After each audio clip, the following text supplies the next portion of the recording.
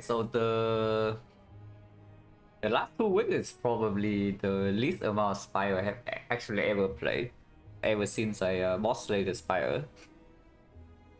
So hopefully I'm not too rusty. But yeah, like I tried playing on my laptop for like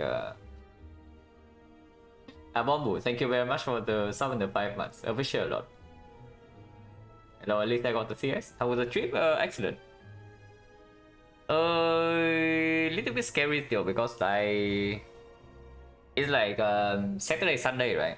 I went to the national stadium with like yeah, with like 10,000 strangers.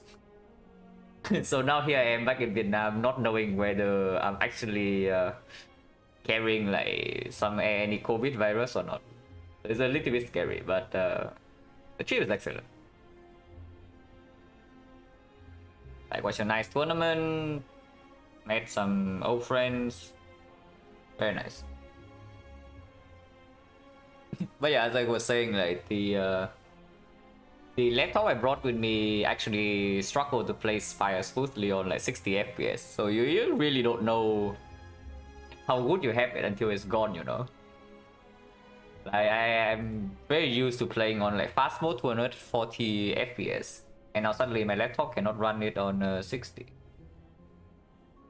So it was actually impossible to play. I tried to play like 2 games and then I gave up. But yeah, hopefully not too rusty. So we'll see. Anyway, correct mods. Yeah, correct mods.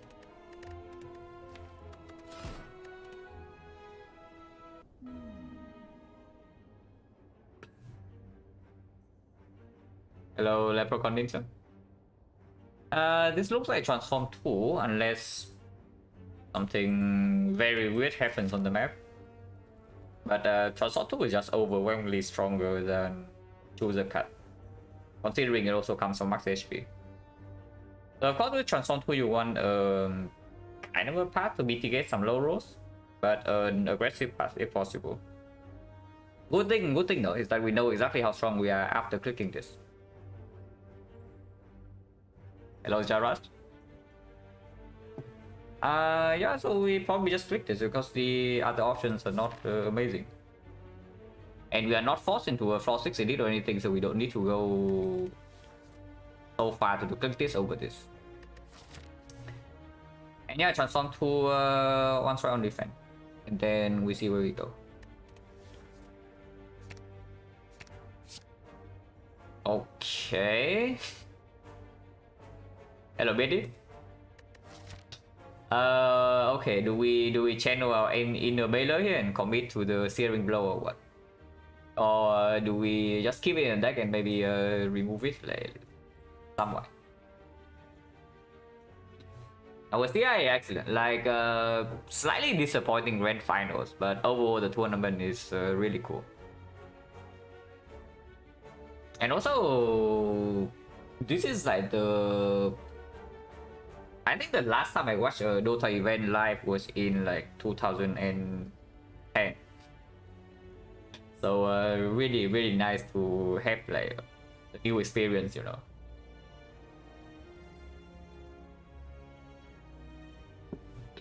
And also I was there, if you watch TI, right? If you actually watch TI, you know what I'm talking about. But I was there when it was like Liquid versus the Thunder Awakens. I watched the game live inside the venue. So it was a really cool moment. Hello Spectrum mode, Searing Blow, yeah, Searing Blow we just transform into it. So probably not committing, but it's in our deck. Dealing with after the chip, I mean for now I'm okay, but not so sure. I'm actually on a self-quarantine for a couple of days. Because yeah, like 1 and 2 days right before going back, I was in the stadium with like 10,000 strangers or something. So who knows, maybe I caught COVID, but the symptoms has not shown yet. So I actually need to be a little bit careful for a few days. Hello, the Great Tickle. Well, yeah, with this transform, where do we go? I mean, this is like way better than a base card. This is Yeah, 2 strike in 1, not so good. And I guess it makes armament stronger. We did transform one defense into the Iron Wave though, so it's not super urgent that we pick up something like armaments, but we'll see. The actual question is like, where do where do we go here? Now, yeah, I guess we can do this. Go here. Like we start this side, yeah. We go here, upgrade Searing Blow, upgrade Searing Blow again, take Burning Elite, upgrade Searing Blow again. And then we have Searing Blow plus 4, 2 elites, including Burning Elite. Yeah, okay. I've been watching a lot of Coach lately, defect main character. Coach is like killing it on defect. I mean, I haven't, the past 2 weeks I haven't been able to watch a lot, but I saw that it's like 42-11 something, so I'm assuming first 50 was like 80%. That's super sick. Let's had a terrifying reprogram run. Reprogram is fun. I wish it's actually better to pick like early game, but it is cool. 41-9, okay. So tied with Ironclad. So like the Ironclad is not the worst character yet. Hello, no random crits. I was thinking for very cool. I was mostly staying with my friends and didn't go like sightseeing that much, but I mean I lived in Singapore for like 10 years. And honestly, it hasn't changed that much. So I was like, whatever. But yeah, it was fun. Hello, Mappa, thank you for the good luck. Floor 1 shield, floor 2 transform defense into reprogram. What do I do? Yeah. I mean, it's really difficult to justify like picking a real reprogram, you know, in Act 1. Usually for me, reprogram, if it happens, is the it happens in like middle of Act 2. Because in Act 1, it's just so bad against like O3 elites, and you don't have the tools to actually use the I mean, like, lightning off is still half your damage, so suddenly, I don't even know, like, what are you doing with the reprogram? But later on, of course, with some holograms, with some card draw, it's just another way to convert card draw and energy into late game scaling. Like, it's quite nice when it gets there. Have I been to Malaysia since it's so close? Here and there, but I haven't stayed in Malaysia for an extended period of time, like ever. I have gone to Malaysia, like, briefly. Not a fun, too slow for early medium, yeah. Act 1 is just really bad, because, yeah, like, bad against O3 elites, lightning off still half your damage.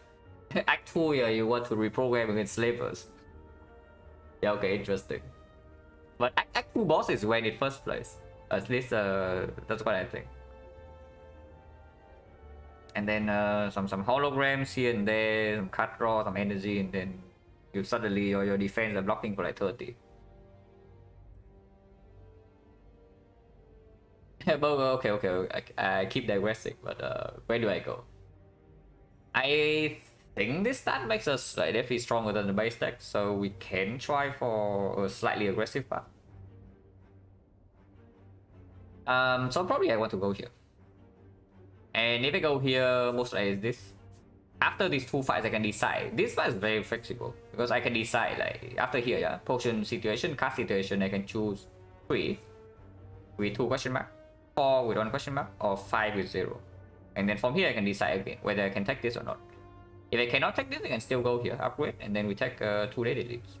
Like, no problem. If we need a shop to deal with slime boss, yeah, sure. Shop is also here. Like, very nice. Other options? Yeah, floor 2 shop, but only 2 elites maximum. Floor 3 shop. Super early shop, I want to be aggressive if possible, so not too interested. Yeah, probably start right side, and most likely just here. In which language do I speak when traveling to Singapore, Malaysia? English. I mean, you probably have an easier time, you can speak Chinese, but I cannot. But the Singapore is they speak both English and Chinese. And we can't Searing Blow plus 4. No, you have to dream bigger. You have to do bigger, like we get like living war here upgrade the searing blow, and then we get upgrade shrine here upgrade the same blow again. And then I don't know, maybe we see what comes like somewhere here. Very easy. Yeah, start right side. Same old guys. Like back to Spire, back to getting this fight on floor 1. Very fun and interactive. I mean, at least it's only -8 and not -12. Yeah, glad to see that nothing has changed.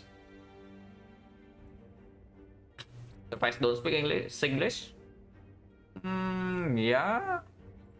I guess it never caught on. Like, I heard a lot of it, but yeah, I guess it just never caught on. I was near 7 max HP for Transform 2 over choose a card, and I already forgot the third option. But I did not even consider it, so maybe it's like max HP. I mean, the line is pretty clear unless you tell me to double defend. With Iron Wave... With Iron Wave, is it so bad to double defend? Like, double defend and hit this thing, and next turn we... if this thing hits for 12, it doesn't matter what we do this turn, because we cannot kill it next turn. So next turn we need to block no matter what. It doesn't matter whether we draw 2 block or 1 block or not. Then we take 4, do strike here. Next turn, let's say we draw super well. We draw Iron Wave defend. This thing attack again for 8 or maybe for 12. And then we do strike here, kill this. Then this guy is still at 30. We have maybe 2 slimes in our deck. That's not very nice. We save 4 HP. What do we lose? We lose out on 2 attacks on this thing next turn. So we are trading 4 of our HP for 11 damage on this next turn. And that's that's what I'm thinking right now. Like the trade-off is literally just that. 4 HP from us versus 11 damage on this thing. So 11 damage on this thing, it goes to 19, and 19 is not exactly the best number. I mean, if it's 18, then it's way better, you know, but I think it's a little bit weird. I mean, this guy can also not attack next turn. If that happens and we draw Bash, then then I guess killing this right now is better. But this guy not attacking next turn is only 20%. We probably take 4 and play a long fight with the Iron Wave. It is right. Yeah, it doesn't make sense not to hit it. And this guy also rolled freaking 13 HP.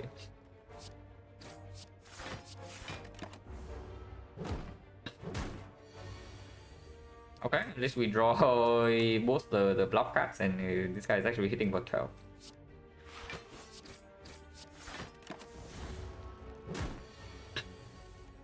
Oh, thanks. Wow, amazing. Absolutely insane. I am Bego, thank you very much for the Prime in the 6 months. Appreciate it a lot. And yeah, it's good to be back. Hopefully not so rusty that it will just like break some stupid misplays and die somewhere in this run, you know, but for now we are doing fine. Just getting slime on floor 1 here, nothing new.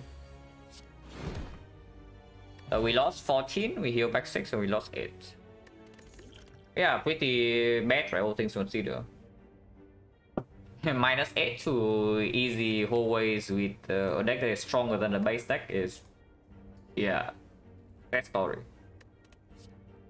Some hot garbage. I mean, is this cleave or skip? So is cleave better than skip or not? Dexterity potion, not amazing against elites, but with the Iron Wave, maybe I can use it in the hallway fight. So I'm willing to use the dexterity potion in like some advanced hallways. And yeah, if I'm running into advanced hallways, then sure, right? We probably can take the cleave. It is slime boss too, so it will also perform it here. Upgrade target? At the moment, Iron Wave upgrade is fine, cleave upgrade is fine, rush upgrade is fine. Yeah, there's also searing though, but we probably don't care about this. Hello, Kuro. And yeah, searing blow run.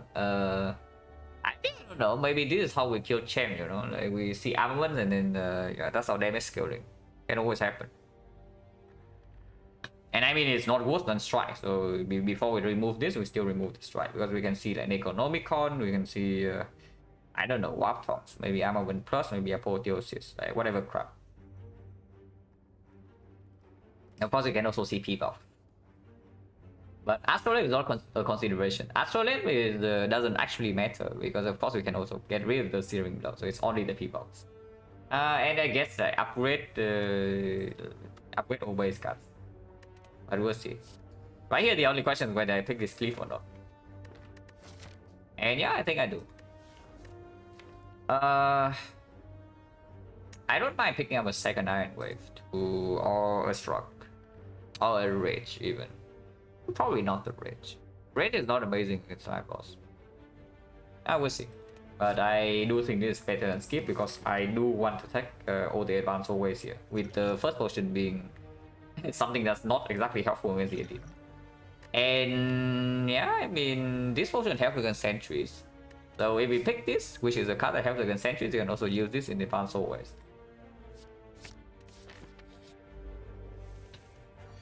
Okay, 42 HP. I mean, this is clear. I don't think we ever take 7 here. The only question is whether we take 2 or not. Next turn, worst possible draw, we still have 18 damage. Hello, my cat. Oh god.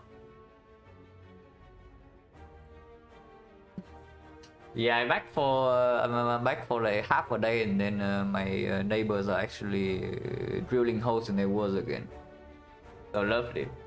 We are seeing bro, no, it was transformed from Neo, floor 0. But yeah, 18 damage next turn. So let's say this turn we do Ultra Grid, 5 here into 18 is 23. It goes to 19. 19 buffs, 28. Yeah, 28 is bad. Do this, it goes to 22. 22 is also bad. We're waiting for me to return. Yeah. Yeah, I hope not. Bash Iron Wave and kill next turn? Yeah, Bash Iron Wave will kill next turn. But I'm thinking like how bad is it? Because today is immediately -5, you know. If we don't take 5 balls, then there's no point doing Bash. So I deal 11, he goes to 31. 31 next turn, if it attacks again. If it attacks again, it's only for 7. So 5 out of 7 we take 2, 2 out of 7 we take 7, so it's like 14 and then 14 and then 10, so 24 out of 7 we take 3 next turn expected. If this guy attacks. And we deal yeah, 14. So 11, 14 it goes to 17, 17 is 22. 22 if we attack 12 again, we are, yeah, we are kind of owned. If we buff next turn, we are also owned. Yeah, it's actually Bash Iron Wave. It's actually just Bash Iron Wave. Because it's got low enough HP for us to actually kill. It is exactly correct. Like, yeah. 8 plus 7, 15, and then next turn there's 27. We always have 27.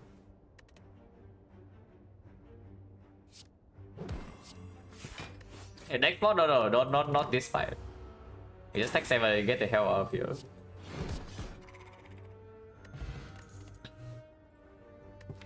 Okay, perfected strike with 1 strike transform with 2 cost Searing Blow. I mean, 2 cost Searing Blow is not a real consideration, but oh, that's twin strike. Twin strike is so mediocre. We don't even have strength source. It's still better than Skip, but I am not happy to pick up a twin strike here. So now we actually have to consider our options again. Yeah. Because if I pick Twin Strike, I'm saying that I want to go here. If I don't pick Twin Strike, I'm going to probably dodge this. Unless I see some very good things in here. Now, Twin Strike, I would even say that it costs HP in the hallway fights. It doesn't gain HP in the advanced hallways. Because you also pick up a cliff already. Block density hasn't changed. from the starter deck. So it just plus one clip. There's question searing blow was on strike. No. There's a bunch of ways this can scale. There's also a bunch of ways strikes can scale, but even if this thing is just here for you to like dump your energy into one turn you want to attack, is already better. Like slime boss, for example, you draw a bunch of slimes. Like, do you want to draw a strike or do you want to draw a searing blow? Usually you want to draw a searing blow. Hello, Sashi?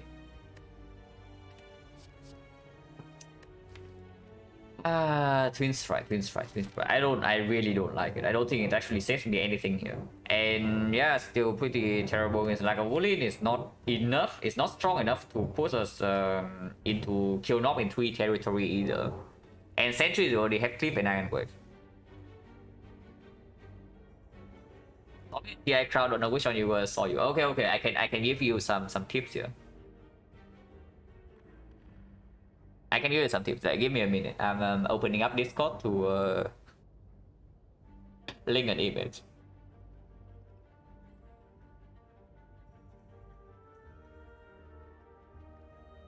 Okay, copy link.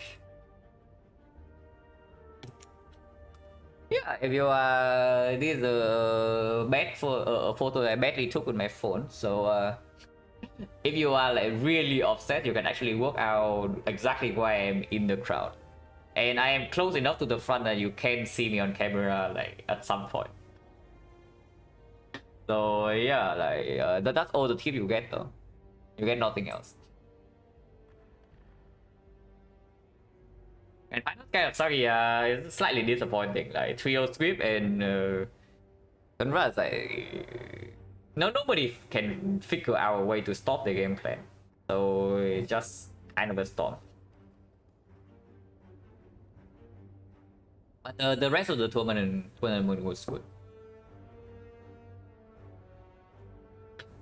But yeah, I'm not like interested in this thing at all. I do think I want to take at least one advanced forward, so like this deck spot and this deck is not nearly good enough. And yeah, P strike with one strike on already is dealing like what 16 for 2 energy. Yeah, okay, cool.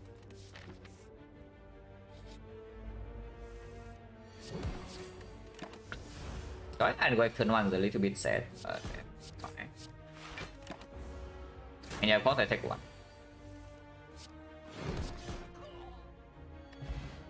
Potion 50%. Yeah, now the good cards come together, yes. Yeah. Some hot garbage and then now the good cards all come together, yeah. I have fun at Tony. Good luck, yeah. Thank you, Debo. Click, yeah. Do we have to click this or do we actually have to click the other thing? I really want to click the blue card, you know, like yeah, this blue card, not this one. But this one, I would say though, immediately into the elite, this thing is stronger. This one is pretty hot, yes, hot garbage. Absolutely agree. Between these two.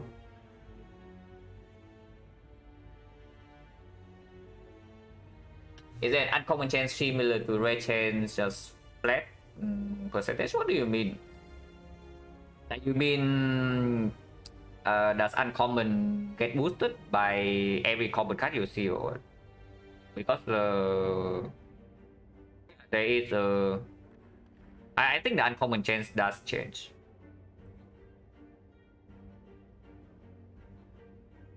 Hello Macchiato? And yes, I had fun in Singapore.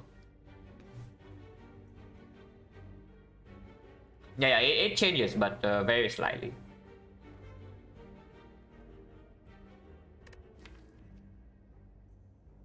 Okay, Shockwave. Veteran this doesn't require an upgrade. We have 1 upgrade. Here potentially 2, here potentially 3. We are strong enough to take this. We might be, because we can have +1 relic, plus some card, +1 upgrade, +2 relics. And here we can also still decide. Upgrade wise, what do we have? Cliff, and Iron Wave a little bit. Shockwave also works slightly better with Cliff, but not that much. If you had to rest, Shockwave is also stronger. And into Slime Boss, I guess the uppercut is stronger, but not by that much, especially unupgraded. And yeah, Shockwave later on is just like way better. We probably click Shockwave. And if I have to, I can also play a little bit safer here, but I really don't want to. So potion chance 50. Shockwave is also decent in the advanced always. Not amazing, but decent.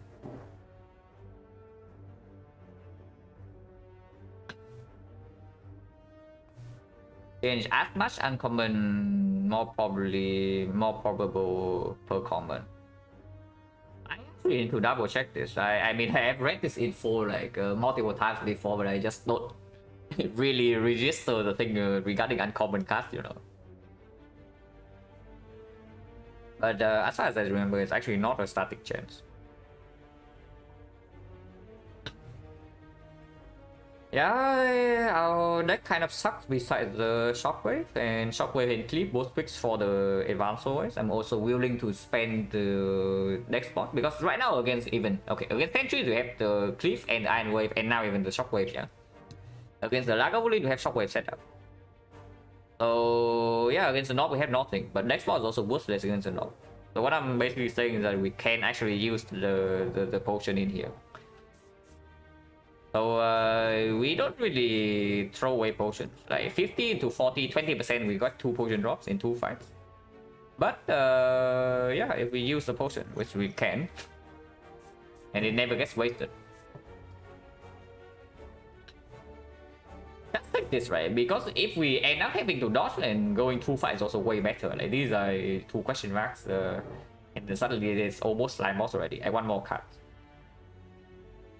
And yeah, we go here, we just get Serpent Antidote. We get Life Loss, we cannot click. We get Cleric, we are extremely sad. And Banana like first 5 max HP, like who freaking cares? Let's go here.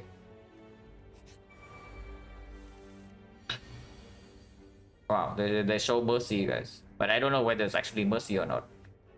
Because we might get owned next turn. I mean, I would prefer to be hit for 6 this turn, you know, and then don't get dragged next turn. But apparently next turn we might be taking 16. Maybe 11. Maybe 6, but we'll see. This one is absolutely clear, yeah, it's definitely Blast Strike. But on which one? It's probably on here. Because next turn then anything kill this. Not Iron Wave. Iron Wave will not kill this. But one strike kill this, Cliff will kill. If I hit this guy, however, if I actually hit this guy, I can do Iron Wave double defense next turn, for example, and take 1 instead. The turn after I'm still vulnerable, this guy is still hitting for 16, and I cannot kill him. But that sounds like a pretty bad idea. Hello, Jack Kitchen?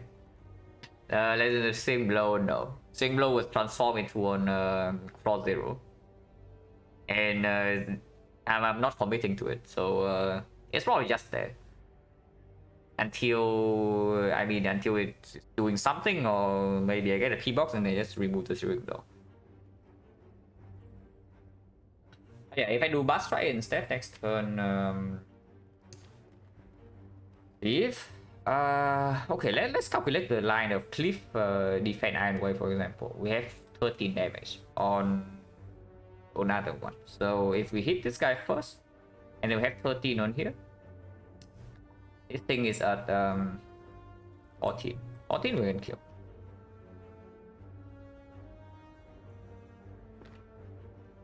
Yeah, for 14 is not a problem. So we don't actually need to hit this into the cliff for the Iron Wave to open the kill on this 2 turns from now.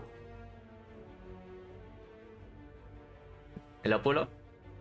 Yeah, probably still do Blast Strike here in case we don't draw a cliff next turn, and the Iron Wave. Saving Blow Run? No, this is not a Saving Blow Run. Like, Saving Blow was transformed into. Saving Blow is just here in our deck. Huh. I actually have the Iron Wave thing.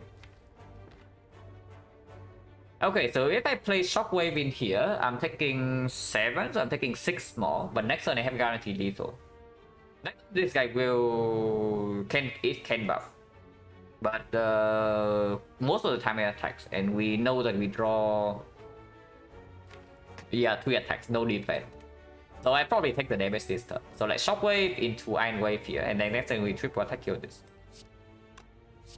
But yeah, Iron Wave exactly kill this. Yeah, we set this up last turn because we choose to hit this guy over this guy. That Iron Wave right now can kill. And yeah, Shockwave over double defense. Take them. Yeah, we would have taken 11. So that is what? Plus 6.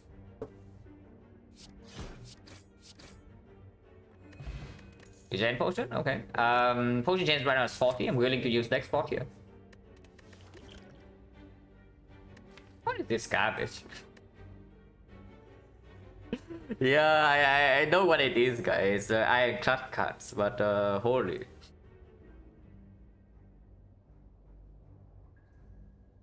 Yeah, I don't play Ironclad. I barely play Ironclad for like 2 weeks, and then this happens. Yeah.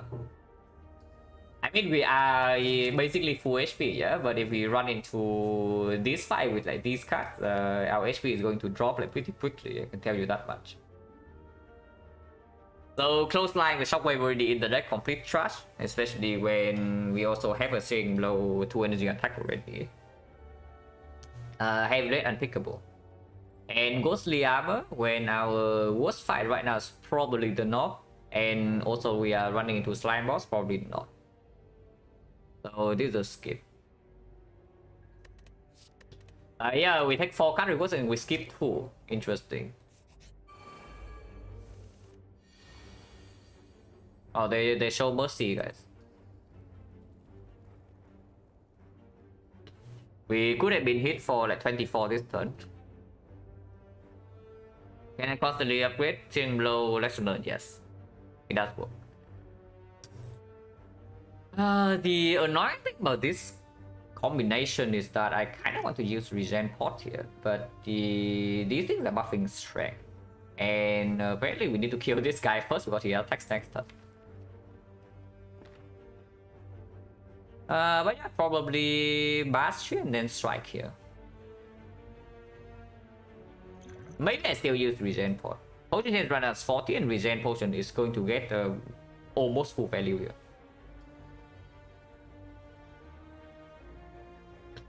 Uncommon chance change, function bright chance.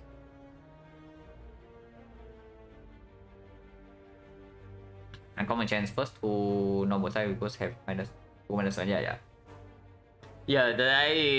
That's why I just like don't really register the like whatever information that is on my brain, you know. Even when I have read that thing like a couple of times. Because honestly, it's not that relevant. It's just yeah, you got to see rare cards, and then you know the rare cards. Uncommon, my mind just register that it's like whatever. It doesn't change that much. Hello, Jammer. But yeah, we Bastion to Strike. Probably this guy because he hits for 7. And yeah, missing 5 HP, so we can use Regen Pot right away.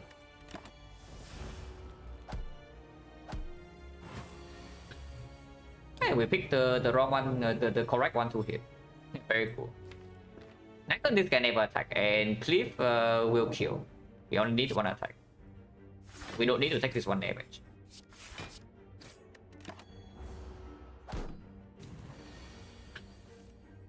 Yeah, Shockwave plays again because we don't actually want to kill this next turn. Iron Wave will deal 5 damage when we are no longer weakened. So if I do Shockwave into Cliff, it will die. If I do Cliff into Shockwave, Iron Wave will leave this at 1 HP, which is actually what I want. So let's do that.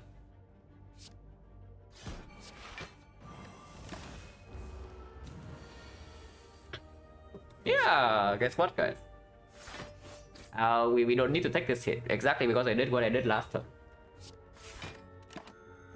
So easily rewarded with +2.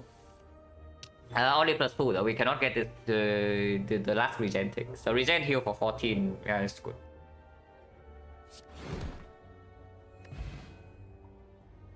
Okay. Actually, the +2 did not come to anything because burning blood heal for 4 instead of 6. yeah. Burning blood laughed at my play. Doesn't matter. But the potion was still good. Yeah, you see. We drop a potion now. So potion chance right now is 30%. Okay, I guess either we brute force it with 68 HP or we are dodging completely because we apparently have no cards. Apparently we have no cards. Okay, what about this twin strike?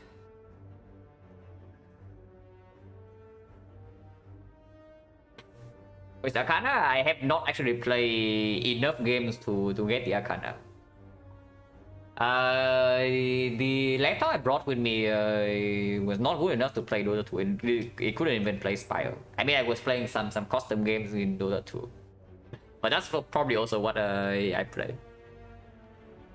So the Arcana is probably not getting claimed unless I actually play some games. Whereas Arcana is just Dota 2 items. Yeah, here if anything is Twin Strike. And the Twin Strike is a little bit better than before because we also added kind of a defensive card. Kinda, almost. And Nob is also our worst fight, yeah? If we pick up Twin Strike, we see Sentries here, we can upgrade the Twin Strike here. Running into the second elite. Or we can we do whatever we want to. We go here. Take any life loss here because we are full HP. If we run into random fights right here, it's pretty bad though. But we take any life loss event, we take this, and then we go here solve the slime boss. Because right now slime boss is actually just killing us.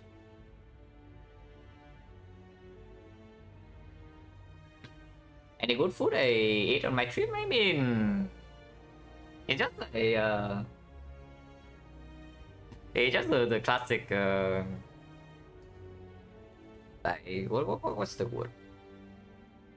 Yeah, the food court stuff in Singapore. No? Like you go to every food court in Singapore, you see one store that's selling like the roasted stuff. One store selling noodles. One store selling like mixed rice with vegetables. One store selling like some Western food. One store selling maybe some Korean. Japanese, and then one store selling Chinese. Yeah, that's every food court in Singapore. Yeah, hawker stores. So it's not like it didn't have anything super fancy or anything. Hello, Panacea.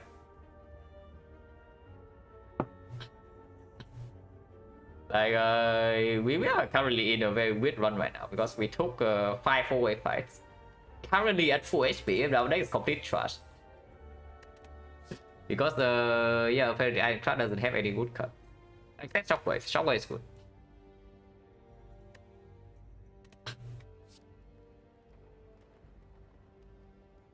Louder.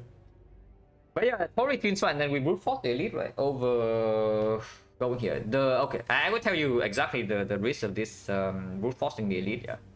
If we brute force this elite and we are not strong enough to actually take this burning elite, we do not get access to a shop before slime boss. And right now the slime boss kills us from I don't know 40 HP. Unless we get a damage potion or some crap. So if we go here and the fight goes strong and the rewards are not good for this and this, yeah, the act is pretty awful because afterwards there's immediately a force elite up right here. And let's say we are so freaking weak that we actually need the fire after the burning elite to not die in the eye. And we go here and then we go here, we are forced to rest. And then we also waste another floor before the slime boss. Then that's pretty bad. Searing Blow, it happened transform 2 on floor 0. We transform into like Searing Blow and Wave.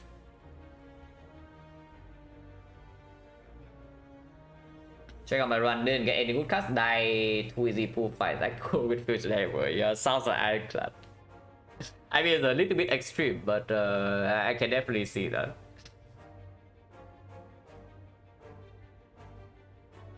mean, against the North, we just take 2 hits. We don't take 3. And if we can line up Shockwave or Iron Wave, we don't actually take that much.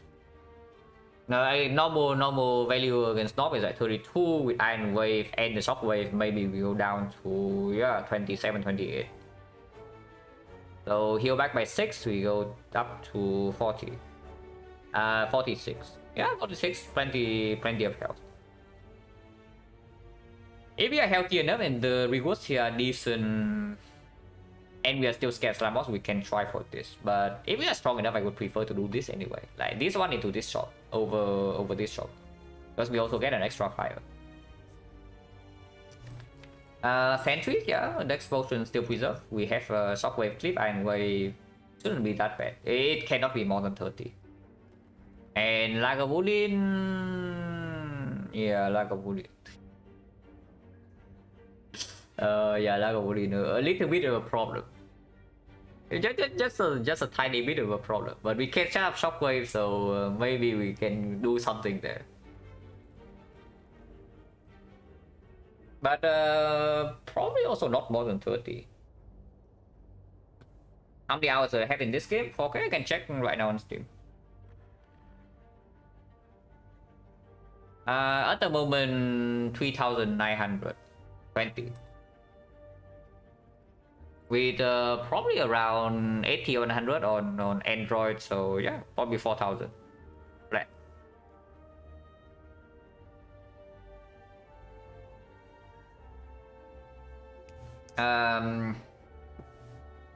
Okay, we can probably just like visualize the Lagavulin fight before it happens.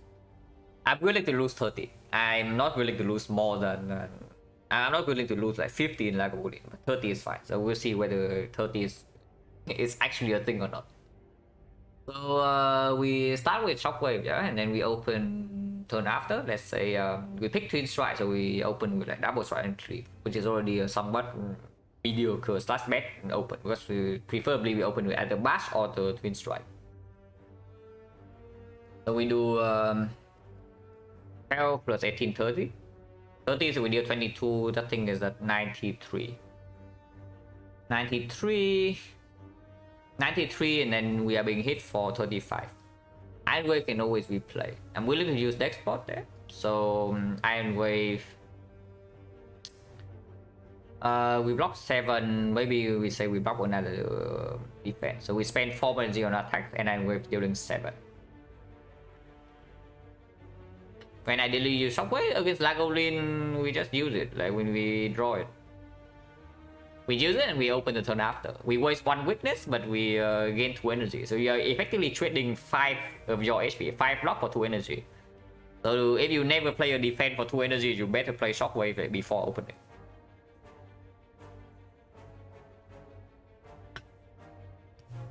But yeah, that thing's at 93. With the Iron Wave, we go to 86. 86, and then let's say we have 3 more energy on attacks. Yeah, Twin Strike is 40. So 72 plus 2 strike.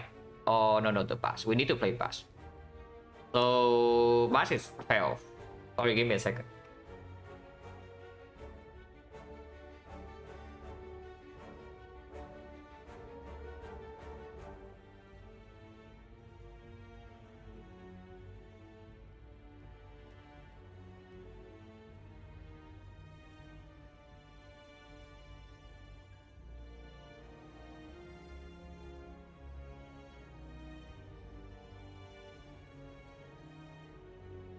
Okay, so yeah, 86, 1472, 72, and then Bash is 60. 60 of turn 27, 33. If we don't even play one defense, it's 24. 24 is still not a kill. And after debuff, Twin Strike is worthless. The Cliff is dealing 9, so we have 966, which is 21. So we will need to block like 1 hit after debuff, at least.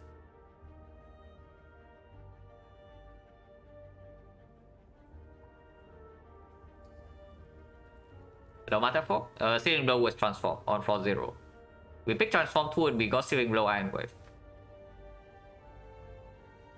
That is 115 HP Lagavulin. No, it doesn't have to. It doesn't need to have 115.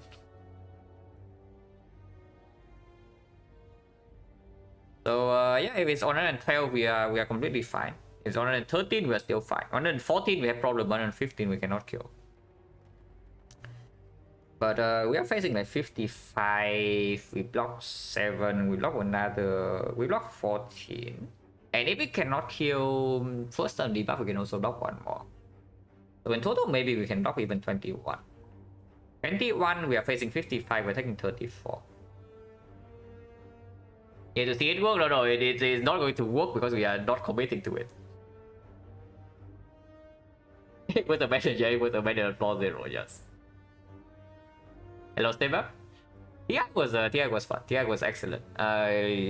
Except maybe the grand finals, but other games are very good. And watching in person is really cool. I would say though, like it's actually you watch the games on stream, you don't actually know, but it's way louder inside the stadium. Like holy crap. You don't actually hear the crowd that much on stream, but in the stadium it's like pretty insane.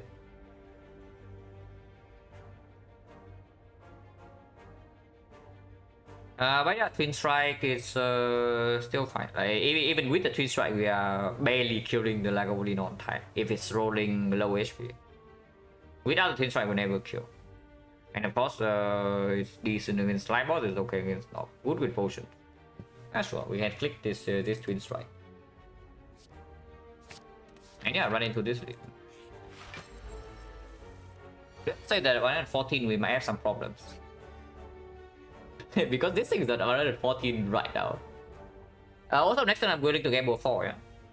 I'm very willing to gamble 4 next time we don't draw shockwave.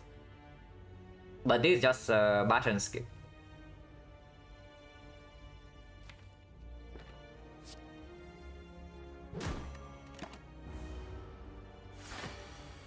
Okay, we did draw shockwave. Next turn I have triple strike open. Shuffling out 3 strike is actually quite good.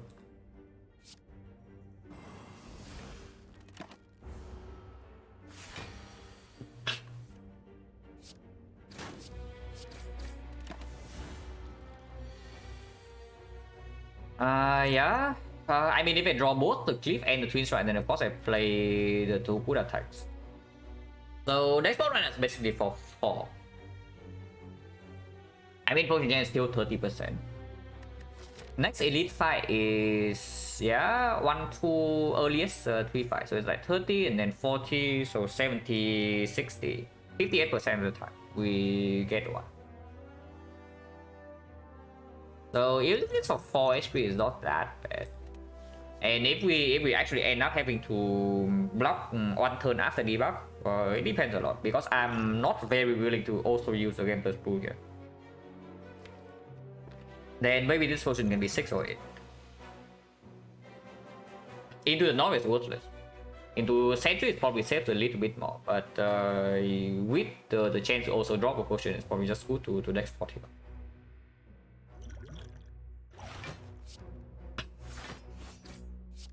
If we play this, is our best attack by far. And here it's like 12 versus 7. Next turn we know that it's going to be bash, yeah, and then it's most likely bash defense. So we can calculate exact the damage. Vulnerable next turn, go to vulnerable 3, vulnerable 2, vulnerable 1. So we still have vulnerable 1 turn, like when this guy hits us on the debuff. So cliff rate is 12, again another 12 next turn, goes to 50, 50, and then the off turn we have 20, 7, 33, 33 block one more with the iron wave goes to 3, 3, vulnerable goes to 4. Wait. 50 actually is 23 only, it's not 33. 23, vulnerable goes to 4. So 19,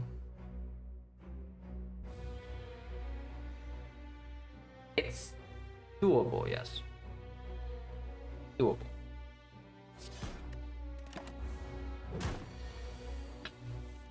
Iron Wave here would be sick, but... So yeah, do I defend or not? Next turn, worst was you will draw bottom deck Cliff and Twin Strike. So we have 27, exactly as calculated. Go to 23, 23 we cannot kill the turn after. Then we do 4 here, and we play 1 more defense, we take another 10. With the Twin Strike. Twin Strike now is dealing 8. So it's 8. So it's 8 and 4, this thing goes to 11. 11 is triple attack kill, so no problem turn after. Otherwise, I can triple block with the next spot, not even that bad. If we draw well next turn, can we kill? If I defend here, next turn I draw Twin Strike and Cliff. Twin Strike, Cliff Strike, which is 14, 12, 26, 35 goes to 15, and still have vulnerable. Yes, I can kill with Searing Blow. If I just draw Twin Strike, so let's say Twin Strike, Double Strike, 18, 18, 14, 32, 18, 18 afterwards, yeah, Searing Blow plus Cliff is a kill. So basically, as long as I don't bottom back the Twin Strike, next turn I have a kill over 2, even if I defend here. 50 or 100, most likely 100, but broken into like 2 parts. I finish 50 on Clad, and then maybe I finish up my defect 100, and then I go back to Clad, and then afterwards I think I want to play some Silent again. There's one last thing I need to do with Silent. Maybe it will take 200 runs this time, but I do see something else I can improve on, so I want to come back to the character. Genre 200 because mainly because I think I need the time to actually put my thoughts into practice. I don't think I can execute like perfectly in the first 100. But we'll see. I mean that's like still very far away from now. But I do have something I want to try out. Right here I can defend. I mean at most it cost me 3 HP, and 5 out of 7 it already saved 7. So I expect the value is just better to play defense. Yeah, we just kill next turn.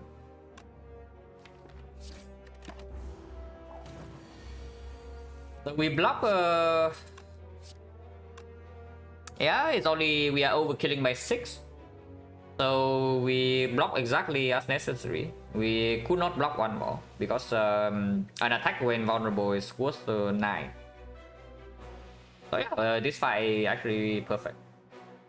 And I mean, of course, next one is only 4, but we know that. Because the next one is usually also give us the option to maybe even triple block here, we fail to draw lethal. Tiny chest, yes. Absolutely what we need to deal with this deck. Point is 40.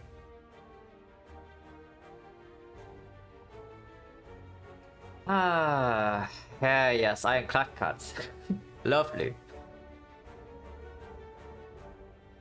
Searing Blow run? No. Searing Blow was transformed into an 4-0. It's never getting upgrade. yeah, good rating, good card, absolutely. I mean, before I click Berserk, I clicked the Bloodletting, but I don't even know whether that's actually true, you know. But I mean, okay, we just fought like a Lagavulin, yeah, so the best fight for Berserk is already gone.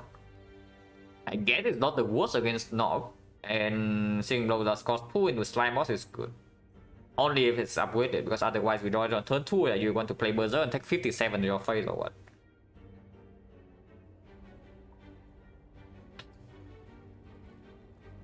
So if we pick the Berserk, we upgrade it. Yeah, no thanks. Like with the deck, this crap, I would prefer to upgrade output. I would prefer to upgrade something that actually helps me in whole way fights, you know, because we need more cards. So how is this Bloodletting? Yeah, pretty bad. Into Slime Boss, it doesn't play. Into Lagavulin, which is the best fight for it, we just fought Lagavulin. Into Sentry is like okay first cycle, afterwards it's trash, and against the Norm is worthless. In whole wave fight, it's not amazing either. It's not terrible, it's not amazing. Something that is actually good with the bloodletting though is that it opens up blood for blood, even in a slime boss fight. And that's the only thing. It makes our Act 2 better if we break on energy relics. But right now, no pommel strike that works with it, no bludgeon, no struck, no anything. Like, we have a searing blow which is not even energy efficient. So we pick bloodletting, we are sacrificing 3 HP to play a strike. Yeah, okay, cool. Let's not do that. Or shockwave. Otherwise, it doesn't actually convert into much. I would say the second Iron Wave is not awful. Second Iron Wave is not awful. It makes us better in advance always. And yeah, apparently we're always taking 2 hits from Nob, so it might as well block a little bit. Into a slime boss, it's somewhat okay too. Not terrible. and honestly, I just don't want to skip, you know, with a start like this. We keep skipping cards, we're just going to die. Yeah, go to fire. Potion change right now is 40. Go to fire, then from here we decide where we go. If we are really scared of slime boss, I actually can brute force this elite, because with the second Iron Wave we probably don't lose that much here, especially with the upgrade. Upgrade mostly goes on cliff. This +3 versus this +4, so it's slightly worse against Nob, but it's much better against sentries, and it's also much better upgrade against slime boss. So we go here, upgrade cliff, also probably okay, pretty decent in this fight too. Then we decide again at the chest. But mostly I want to go left. Yeah, getting old next turn. Good to know. It only attacks for 13 now.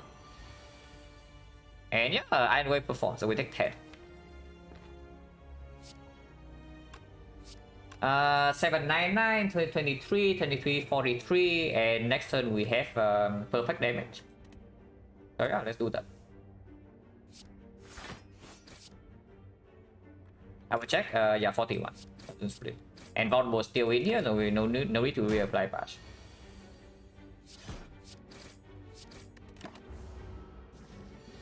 Nice, that thing head, yeah, sure. Okay, attack potion is good. Attack potion actually covers the North 5 force here. The point general now is 30. Okay, how many Iron Waves? How many Iron Waves do we want to add in this deck? I mean, we did transform on strike on defense, you know, so we're just adding the strikes and defense back in one cut.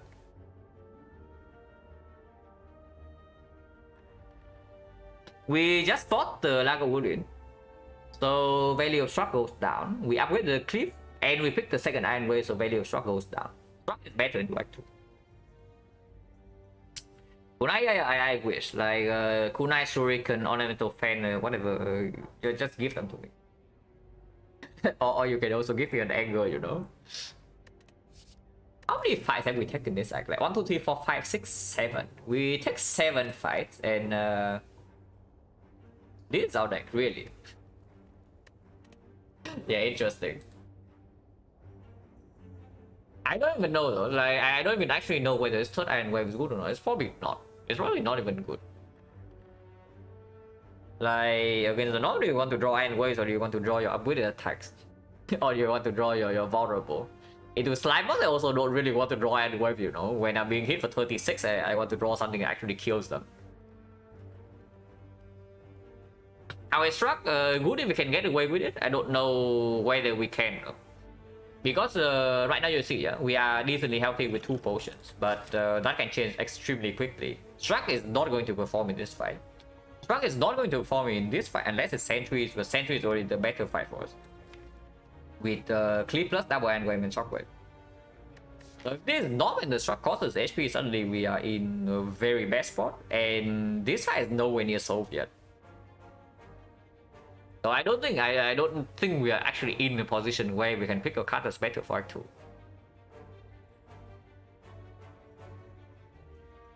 Hello, my dear Sunny. Searing Blow was a transform. We took transform 2 into Iron Way Searing Blow. Yeah, probably not, right? Like, I don't see it like that. After the second Iron Way pick, I get away with picking this truck. Let's just skip. Oh, that is good. That actually helps a lot. That improves our damage by, yeah, like 20%. I mean, it's not rest skull, but not everywhere they can be rest skull. Okay, burning elite or what? 2 potions. And after burning elite, we can pass to safety here, or we can go to the shop to solve the thing. So burning elite knob, we have attack potion, we have Vajra, the sentries we already talked about. Our sentries right now is pretty good, and I'm still willing to use a potion. Like the tiny chest for the Vajra, yes, sure. And here question marks like life loss we still cannot take. Healing is fully effective, but healing doesn't suddenly beat the slime boss for us. I think I want to go here. If after this, yeah, if we actually get a slime boss solution after this, like maybe a good relic, maybe a very good card, then we can even avoid the shop and go here, get another upgrade, and then take this part instead. And that's pretty solid. Go to 3, it probably goes to 1 if anything. Maybe it can even go to 0. Like if actually good things happen in the next few floor, is tiny chest going to be 0. Hello, we have service. Oh yeah, we run into burning elite. Metallicized sentries, no problem. Probably want to use attack potion, which is the shockwave. This hand is a little bit weird. Our Singapore, very nice. Mostly because I get to catch up with my high school friends.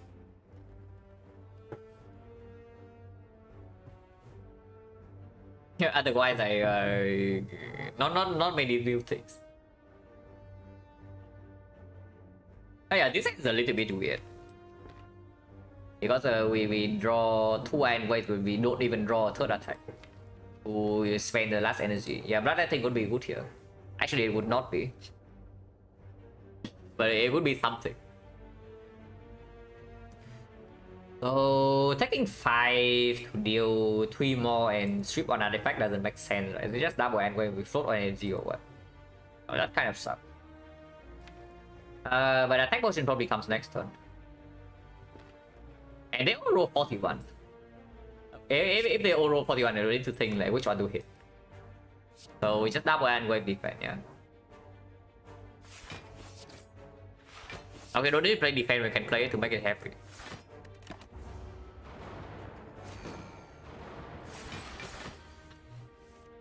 It did not draw shockwave, but this is 26. So anything from here we kill.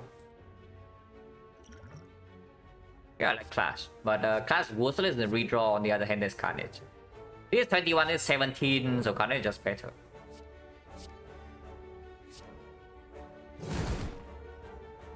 Exactly too.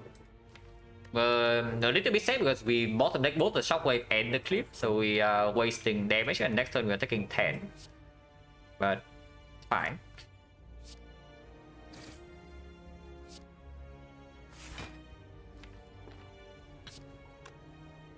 Yeah, next turn we are probably just doing, I don't even know whether we're doing shockwave or not, but maybe shockwave flip is fine. We deal 16 over 23, so we are doing -7, but we get no, it's actually 18.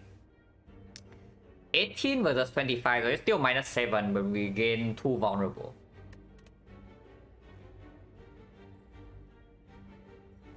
Carnage and Carnage because screen. No. Right now I don't even want Carnage. Like, why do you want Carnage minus in this spot? If I want another attack, it's either like Hemokinesis or the Anger or the Whirlwind. I don't want Carnage. Like Carnage minus, you think we can always avoid Carnage or not? Because I see that this fight we are probably getting owned here with this draw order. But yeah, we deal 3 here. Next turn we deal another 14. So we deal 3 and then 14, 17, 17, 24. 24, if we draw 3 attacks is a kill, but yeah, not very likely. We have 2 iron waves though. But honestly, it's not that likely that we can kill this before the next time it attacks. I'll probably actually hit this one.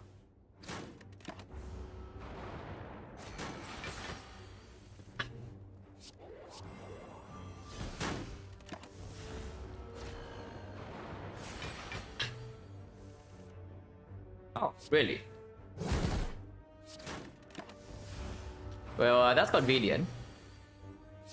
Holy crap, we actually drew like insanely well second cycle. Yeah, Reddick that doesn't play, but maybe allow us to actually go here. How much did we lose in that fight? We lost 0 into 5 into 10 into 0 into 0. We actually lost 15 HP in Burning Sentries. Yeah, so we actually lost 9 HP and a potion. Well, that's pretty insane because we could have actually lost 30, you know, if we drew slightly worse. Okay, where's my bloodletting?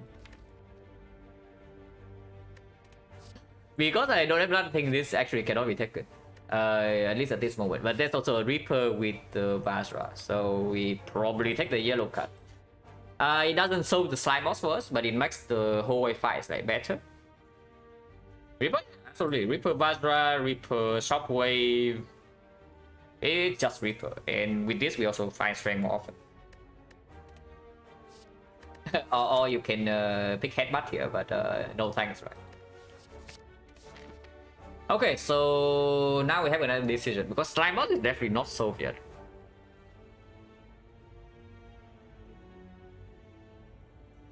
Alpha pretty mediocre, yeah, but the flaw right before we had a bloodletting that we could have maybe picked. And with the bloodletting, I actually take the Bloodletting.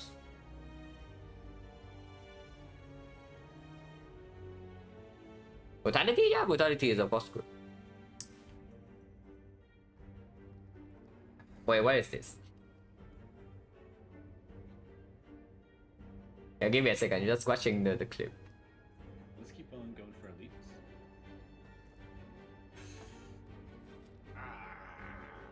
I'm going to become the Joker. That sucks. That could have given us ample scaling against Time Eater.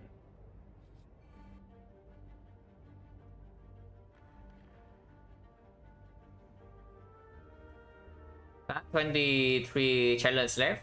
Yeah, absolutely. Like the entire defect. And yeah, I also there's still room to grow on honestly on all characters. Of course, into taking flaw and bloodletting, yeah.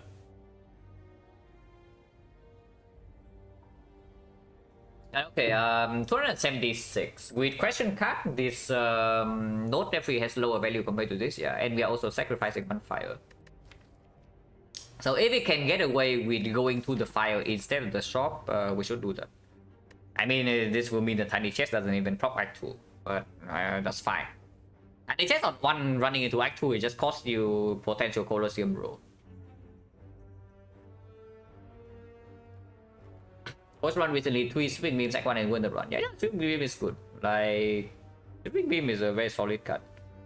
Mostly because the effect has no AoE. If the effect has better AoE option, it's actually the Sweeping Beam is pretty bad. If you purely look at the start of Sweeping Beam, later on it's okay, you know, but early game it doesn't actually do enough. But yeah, because inherently the effect doesn't have AoE solution, like you want to run into the no, really, do you want to run into the Remedy Leader and then you look at her minions for 3 turns, you cannot kill them or what? Also, yeah, he also swaps a lot, so it gets better for sure.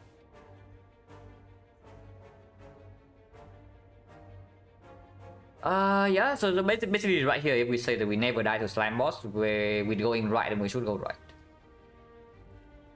But elite was there. First elite was Lago Bullet, and second elite was Metallic Side Sentries.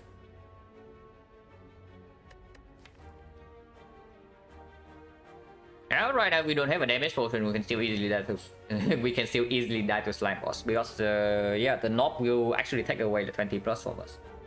We still cannot kill knob in 3.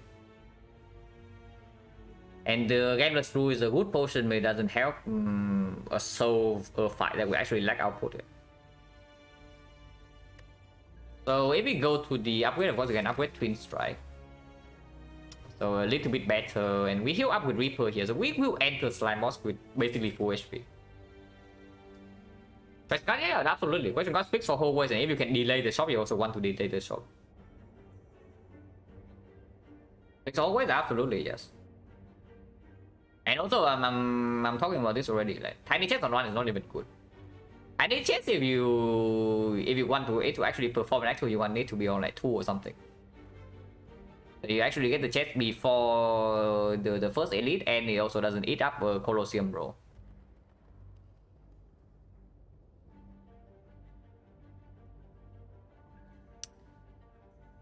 And yeah, like going to shop later is also just better because you spend your gold more efficiently. You have more information.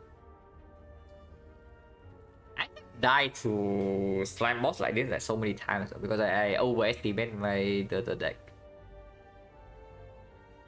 And honestly, this deck right now is still pretty bad against slime boss. The only thing that speaks for it is that we are going to be very high HP in going into the fight, and we see 12 more cards. What's the potion chance? 1, 2, 3, 4, 5, 6, 7, 8. And we got attack, game through dex and regen, so 40%.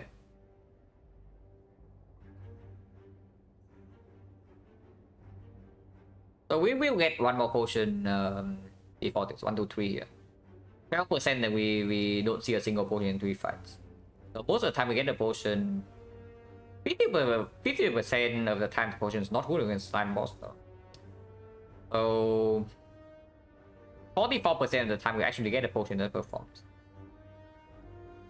Relic that performs also roughly half. So 56% that we missed potion, useful potion before slime boss. 50% that we missed another relic here, so 28%. And then the cards also need to be useless, and we also need to not be able to brute force the slime boss with just Avasra, Twin Strike Plus and Cliff Plus. If we have high enough HP, we can do it with the Cliff alone. I think I go right side. Never seen a run with absolutely lucky potion draws, yeah. I mean, I do get some runs with a lot of potions. But funnily enough, like those are usually the runs that actually die in Act 1 because I overestimate myself. If I don't see a single potion drop, I'm very careful. But if I actually see good potions, maybe I run into some death. I know it has happened twice on Silent. Oh yeah, we're Twin Strike and then we go this way. Yeah. Shop in Act 2 is fine. We have free pathing. So because we have free pathing already with the blue key, even if Act 2 shop is in the bad position, we can always spend our gold in Act 3. Or we can force our way into the shop in Act 2 if we need to. Oh yeah, with Twin Strike plus 4. Good against Knob, good against Slime Boss. Yeah. We fight this fight again. Yeah, pretty clear line, right? Just Reaper defend. We heal by 3.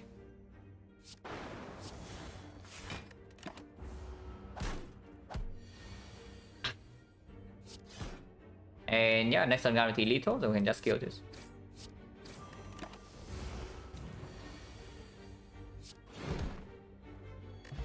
Okay, skill potion. Potion gens right now is 30. But it's not a potion good against slime boss. Yeah, here's our attack. So we pick the attack and move on with our life. Okay, so we probably don't get owned by the knock here that much. We can never take 2 hits. Maybe we still take 1 hit, but we can never take 2. And if it is Lagolin again, we have like anger now with the shockwave setup. And with the anger and the clip plus and the Vajra, if we have enough HP, we are not going to die here. So that's good. Unless this fight has something to say about that. So hold your horses. At least this thing is only a Laos.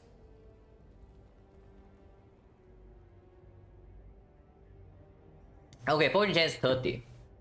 So the chance that we get one potion here or here is going to be... We miss 30, miss 40, so 70, 60, 58, 42%. 58% of the time we get a potion still. So I am willing to use the skill potion. If we need to. Shockwave Vajra Reaper? Yeah, absolutely possible next turn. Of course we still Iron Wave this, yeah. I mean, Shockwave is extremely clear. Unless you tell me we open the skill pot first, but I don't think so. Not before seeing the next draw, because we can finish this fight like very quickly from here.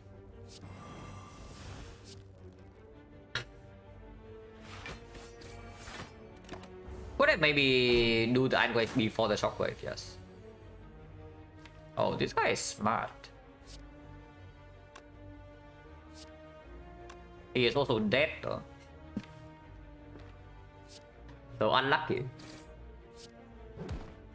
Yeah, unlucky, my friend. And yes, I do take this fall.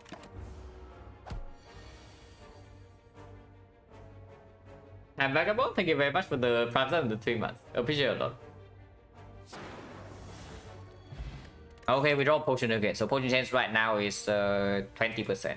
And this potion is not good against Slime Boss. Yeah. So we probably take this potion for maybe Lagavulin.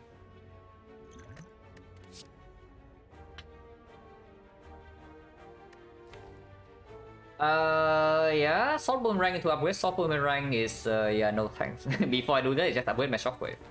Or Metallicize. Metallicize performs against Lagavulin doesn't really perform here. We have 2 Iron already, and Reaper is also kind of a block. Against the Knob, yeah, I would prefer to draw actually my good attacks over the Metallicize. We have enough resources to kill Knob and 3 now. Probably be a skill. Yeah, probably a skill. And we don't take liquid bronze. So point chain now is 20. 90 HP Knob. Oh really? And we did not draw vulnerable on turn 1. Oh really? I guess if we absolutely have to, we can rest before Slime Boss. But this thing rolling 90 HP is a little bit dangerous. And I'm not willing to use any potion here. Skill potion in this fight not very good.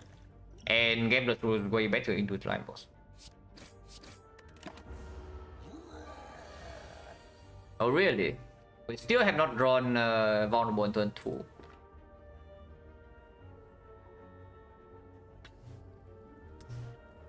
Nothing changes, right? Like this turn I can see just doing like Anger, Iron Wave, Reaper. We are taking 3, and then next turn we take 24, so we take 27, we heal by 5, take minus 22. But no more Iron Waves here, but if we draw Shockwave, we also like block a little bit. And I don't really want to redraw the Reaper either.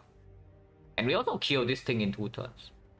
If I don't play Reaper here, it's just nonsense. Do not play Reaper.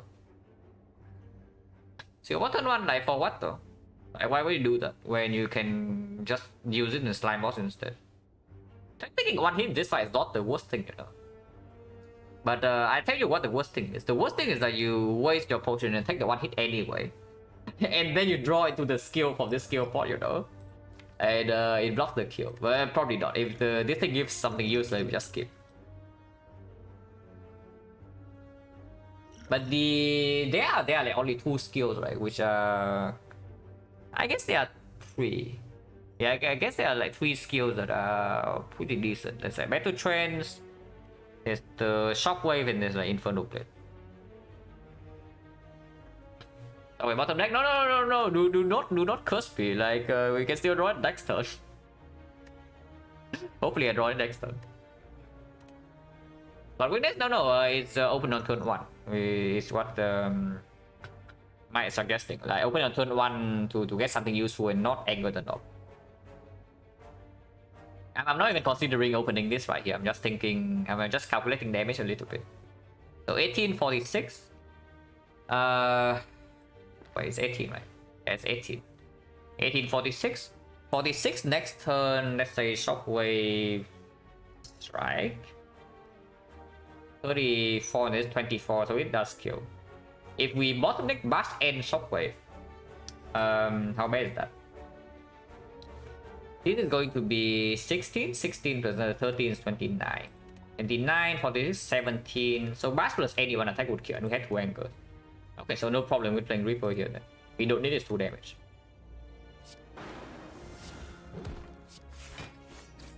And I mean, worst come to worst, we can also game this. Okay, Shockwave is here. So we play Shockwave. Block for 3. This needs to be played though, we cannot play defense.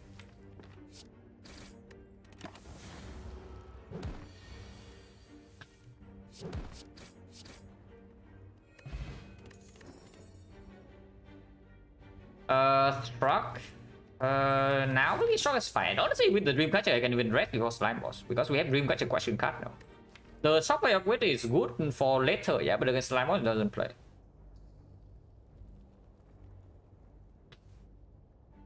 It's just Iron Waiting Strike, yeah. It's just Iron Waiting Strike. This is the only thing you get in this scene. Iron Waiting Strike, maybe a Substruct here and there. Dark Embrace, yeah, probably not. But yeah, I'm willing to do that based into upgrade. Why? Yeah, what is the reason? Because I see that we have like 400 go into Act 4 shop, into Act 2 shop, and we already have some late game. So why do you want to die now to get a card that doesn't even play yet? Yeah, no thanks. Before I waste a fire on this crap, I just take the Struck and do the rest. To get the corruption here. Yeah, we just struck, we pick the Struck in here, we rest and we see corruption from the Dreamcatcher. And yeah, we see Snake go after this. Easy, right? And yes, I will rest. Without the Dreamcatcher, I would not. But with the Dreamcatcher, I will, because the upgrades are also not even super premium. This one's okay. But it's okay later, not now. Not quite corruption, but this is good. There's also an inflame. But first metal trends. Question gun makes red chains increase faster? Yes. Red chains just increase whenever you see a common card. So you see more common cards with question card, it improves slightly. Yeah, the inflame with the spot witness is like cute, but first metal trends pretty difficult to pass. Unless you tell me we need the inflame to not die to Slime Boss. With Twin Strike Plus and Clip Plus, I don't think so. At least I hope not. And I'm also willing to spend the potion. Yeah, later on the second inflame is way worse. Second Metal Trend still massively performs. And if we end up with some spot weakness, corruption, the inflame also doesn't really cut it. Metal Trend just freaking OP. This guy's just overpowered, just click it. Just click the first one. You cannot, usually cannot go wrong with clicking the first Metal Trend like, the moment you see it. And yeah, Dreamcatcher already performed, so good for the Dreamcatcher.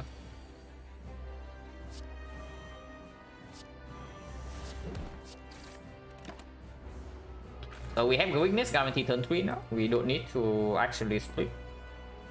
But I do want to continue applying vulnerable here, because we most likely block next turn. Next turn, if we split, it's going to be Cliff plus Strike. It will always be Cliff plus Strike once we have Struck. So this is 18, 28, 28 only, and this turn we have 29, 28, 29, 49. 49, yeah, 67. Let's not do that. So we mostly just block next turn and we split afterwards. And I'm going to use the skill point.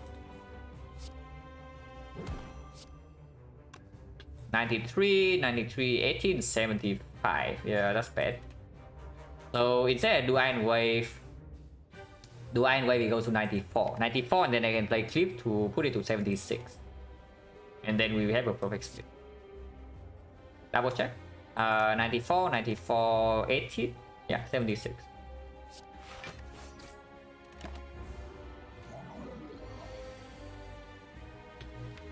So currently taking 15, yeah? Can use skill pot, can also delay the skill pot. Skill pot right now, any block is good. Bloodletting, Burning Pack, whatever doesn't perform. Spot in this place. Shockwave doesn't matter. Shockwave is better after. Power through, I don't even know. Yeah, impervious is just in the block thing. And I don't even know whether I want to shuffle in the block card, you know. We just wait, right? Because afterwards, impervious still has the same value. This is only blocking 50 at most. Only 50 skill point gonna be safe. Not even just that. Like, I think if we actually need a potion in this fight, skill point is also better after the split, not now. Because I don't want to redraw whatever crap it is. when I'm trying to split, you know. Yeah, 76, perfect.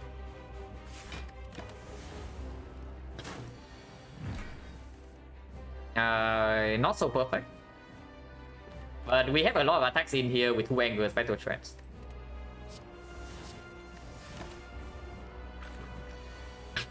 As a prank, no. We transform into it. And this is a Wu-Tang. And of course we split because round roll runs already. Not drawing into anything is a little bit sad, but it's fine. So 3 damage split versus 7 HP for us. The Reaper is just better, right? Also, I don't even know. I guess redrawing into Reaper is good. But we might need the HP immediately. So -7, 39. 39 split. Reaper's AoE? Yeah, Reaper's AoE. But what if we never redraw into it? Like, what if we need the HP? So splitting right here is 36. Wait. So basically the only thing I care about is whether the difference between 36 and 39 is relevant or not. So we split on 39. This is 16. We did 24, 24, 33. 33, 36, it doesn't make a difference. What about Twin Strike Cliff? This is 12, so 27, 27 plus another 7, 34. So it also doesn't make a difference. Yeah, so 39, 39 whatever. 39, 36, no significant difference immediately. And it gives me 7 HP to play with. In case we are being hit for very aggressively.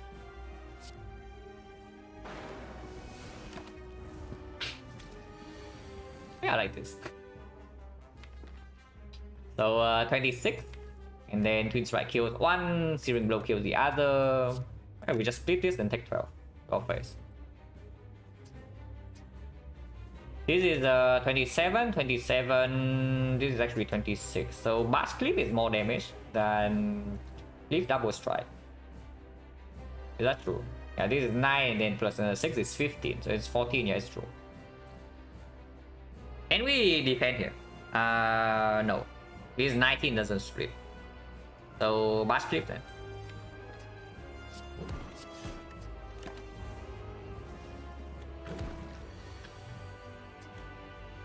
I think attack again.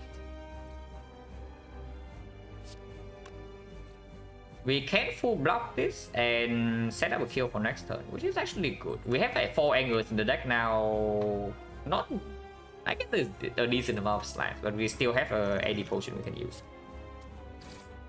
Iron Wave is a wood in the reshuffle, so I want to do that. So Iron Wave struck, full block. Shuffle out the Searing Blow, yeah, who cares?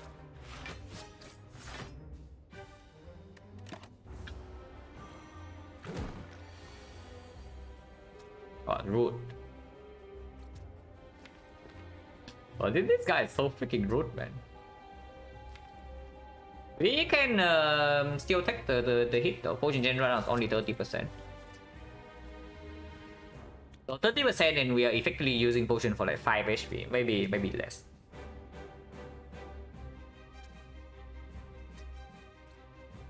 We can technically split this, but I don't know how smart that is. I guess with the Cliff Plus, the deck is not so stupid. We split it on 14, and we are not fail next turn. Only, yeah, it's only 12 as well. We also block for 6. But I'm thinking maybe we block 8 this turn. Like we split this guy and we take this hit. So we do angle and wave here into defense. Next turn this guy only 30% chance of attack. And this guy's splitting on 14 both, but we have 2 angles would kill on 14. This would kill alone on 14. This plus anything would kill. And of course, worst come to worst, we still have potion. I think that's why I'm saying I block 8. That's why I'm saying I block 8 this turn by doing this. It's better.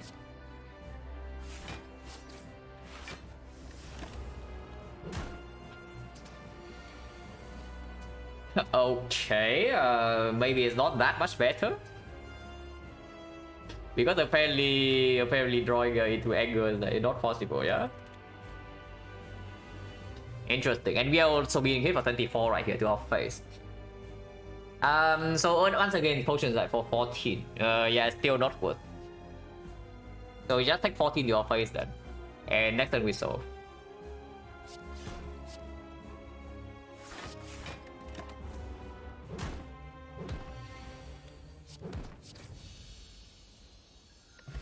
Yeah, no potion. So as long as this potion saves more than like 4 HP, next act is worth. Limit break with our Vajra, yes, with our Reaper as well. Eventually it will be strong enough. No, but real talk though, real talk. We can actually take... if we have a headbutt or something, we can even do limit break into upgrade limit break and play into the Reaper healing. We probably don't need to do that here because there's also a freaking offering. Or a demon form. Now, demon form is basically guaranteeing the Act 2 boss for us. If it's champ. So we pick demon form, Act 2 boss is champ, is dead. If it's the automaton, probably can also kill because it works well with the Reaper.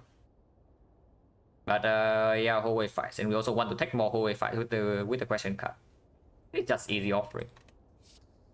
This doesn't easily open up a rupture, but I mean whatever. We have Reaper to heal us. Oh, really? I mean, Ectoplasm is pickable, yeah? I'm just saying. Ectoplasm is actually pickable here. So is Lever Scholar, but there's also a freaking Reaper with the Pyramid. Makes the offering and the battle trends a little bit worse, but makes spot win is way better. This deck right now actually doesn't play that well with Pyramid. Funnily enough. But I mean, it still says Pyramid, and then we have question card. yeah, where's my bloodletting? Absolutely. And we can also just rest every Fire Act with the Dreamcatcher question card. So playing a little bit more defensively, no problem.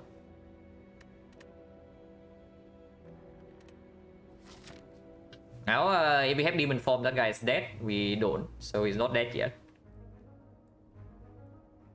For Elite Path doesn't go to a shop at all. With the Pyramid, I mean, long term we are strong. Extreme short term, not as much. So I don't think we get away with not going to a single shot to get +1 Elite here. I mean, we can try. Because we start here, yeah. Go to this question mark, and if it's actually a shot, we can yeah, go left and take 4 Elites. If not, most likely just this, like go here, question mark, shop, here into this, oh holy fight, which sucks, but we have the Reaper and the question card, so it's not so bad. And then, yeah, 1, 2, 3 advanced hallways +1 elite, and then afterwards we get to safety, wherever that safety is. Here, shop, and I buy a rest or something for Dreamcatcher, and go here, buy 3. The other shop early is like here, so it's still 1 advanced hallway, and if we don't want the double shop, we have to go back to the same path. So it's just this shop, even if like this portion kind of sucks. Alright, we start here. Start here, go here, and then decide. 3% we get to go left, and then it's good.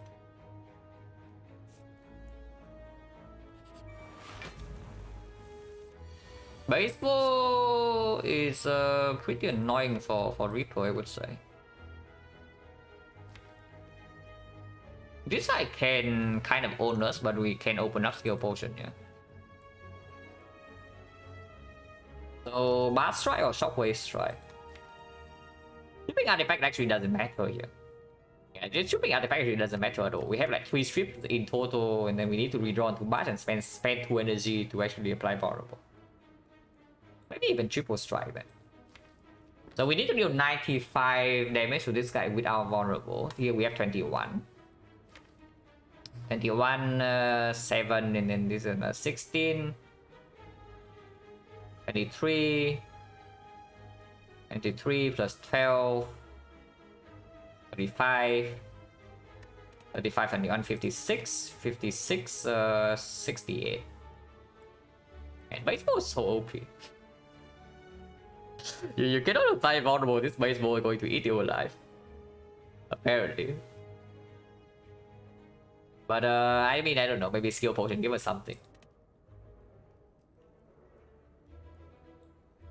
I can maybe see Bash to sacrifice like 5 damage for 1 artifact strip, because the skill potion can also be something like maybe a disarm. Maybe another shockwave, and then we apply weakness and just way more value than 5. And it opens up a chance to redraw into the Bash when we have like 2 angles in the redraw, and then maybe we can kill it. After this turn, we cannot actually freely play the Bash. So if we play the Bash, it's this turn. Probably okay. Because we also don't really lose out on any draw. Skill potion will come down next turn, if anything. We will overdraw here, but that's fine. The Iron Graves.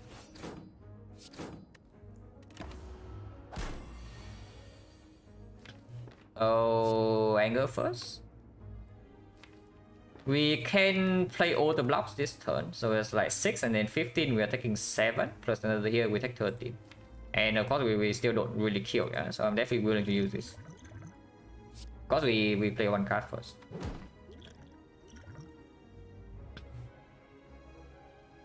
Flex. Oh, second win. Second win doesn't actually dock for that much. It's basically playing all the defense but at 1 energy cost. So it saves the 2 energy. Which is probably still good. On the other hand, Ghostly Armor blocking for 7 when frail. So instead of playing second wind on 2 defense, I guess I can also second wind avoid the shockwave.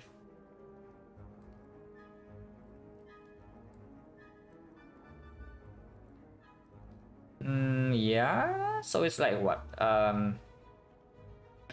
Twin strike. Yeah, twin strike into offering, into struck, into second wind. So we have 2 more energy to play something else, maybe the cleave and the strike. So how much damage is that? 16 plus another 14, 30 plus another 12. 42. Yeah, it can die next turn. And it's open up for a Reaper here. Second wind's fine.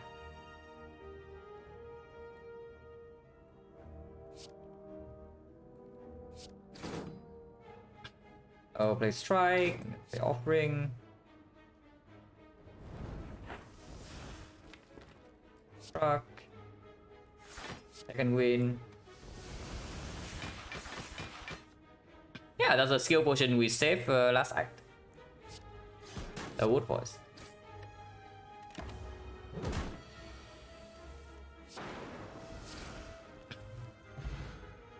Immediately refunded, so we just gain quite a bit of HP because of the potion save in act 1. That's good. Potion chance 30. Oh really?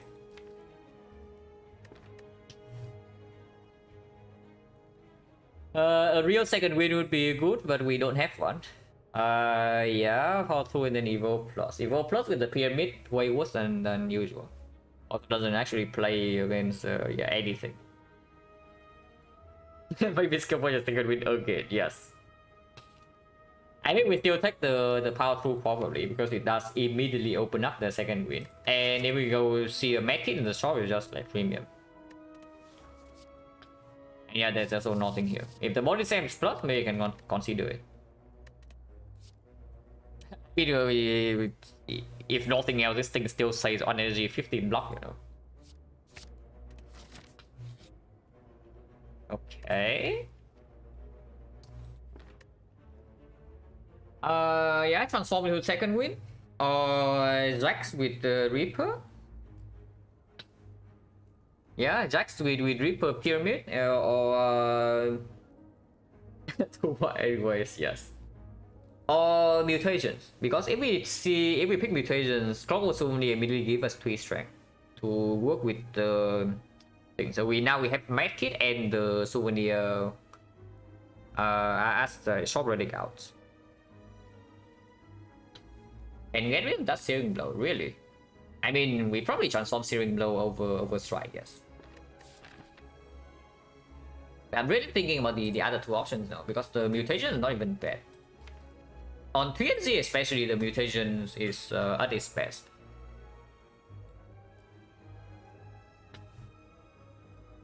Yeah, like on 3NZ, especially with a deck that doesn't have premium attacks right now. If you actually want to fight elites, I don't actually mind the mutations at all. I transform like what? With the power through already in here, transforming defense doesn't make sense because we pick any second win. So we transform what? Like Strike with Searing Blow.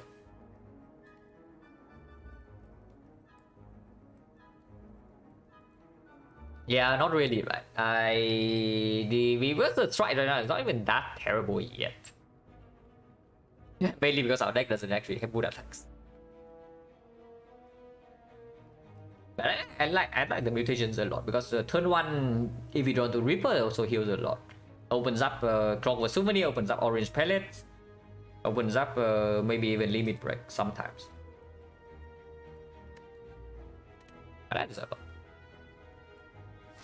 And yeah, we go to shop with 419 gold. Oh really? Okay, there are things to buy in here. Quite a lot of things. And we don't have enough gold, guys. We enter. Well, this good thing we did not go to Act 1 shop. If we go to this shop in Act 1 with only 270, we are probably pretty sad. But here at least we can do something. Yeah, seeing red on sale. There's a freaking apotheosis. There's a red skull. Red skull is probably by far the strongest thing in this shot. So we should just take that. and then we look at other things. So here we can do apotheosis, seeing red, or we can do maybe remove mirror. Doesn't make a lot of sense. I mean, mirror on the Reaper is like fine, but only if we actually have strength. Right now we don't. Mirror Reaper, if we actually have real, we have an actual source of strength in the next sure. Right now the only source of strength is like the Reaper and like a little bit from Basra. We don't have an actual Inflame, we don't have a Spot Witness, Recurring or whatever. Real strength this is stage shot, yes. Mirror Offering the same Rascal. Honestly, if we don't have Pyramid, Mirror Offering is not bad at all. Considering we even have mutations, like drawing into an offering on turn 1 is just like pretty sick.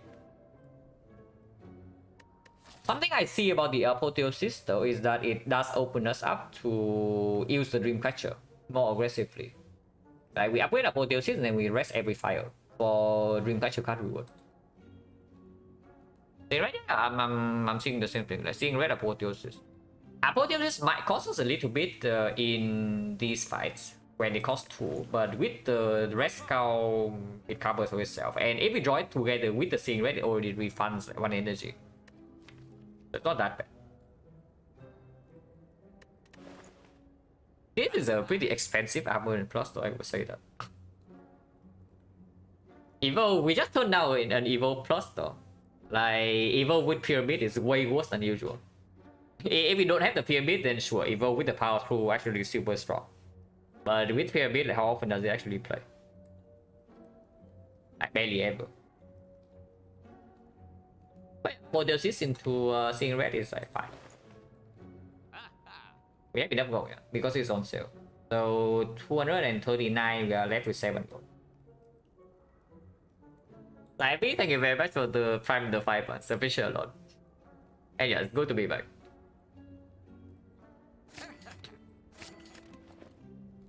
Okay, where the hell is my bloodletting?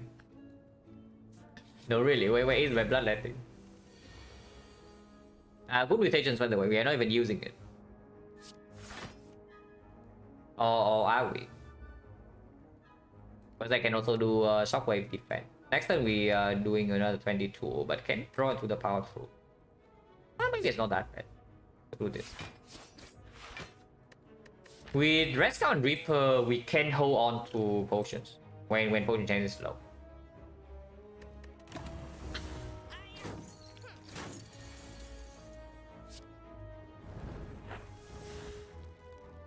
And now we can play Shockwave.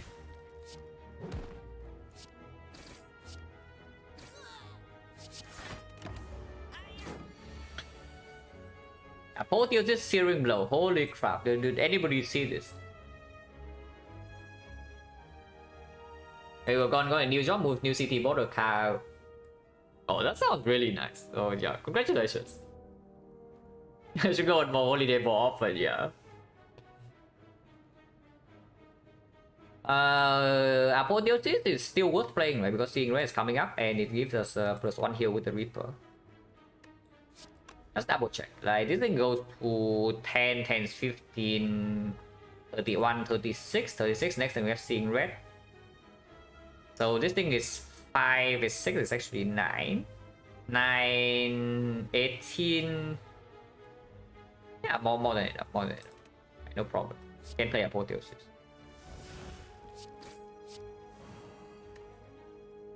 Wait. No, we cannot. Okay, we can, but we cannot play Reaper because we did not draw it with the Seeing Red.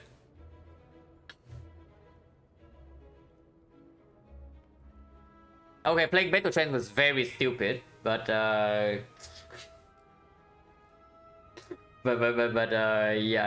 I blame this on I blame this on being like rusty, like 2 weeks melee and it's fire. It's fine, it's fine. Like it's just 9 HP, guys. Like how bad can 9 HP be in deck 2? We have Red Skull. Okay, now I'm missing 9 HP is pretty bad. I mean, we can also not lose the 9 HP. We can lose the gold instead. So we lose 40 gold for no reason.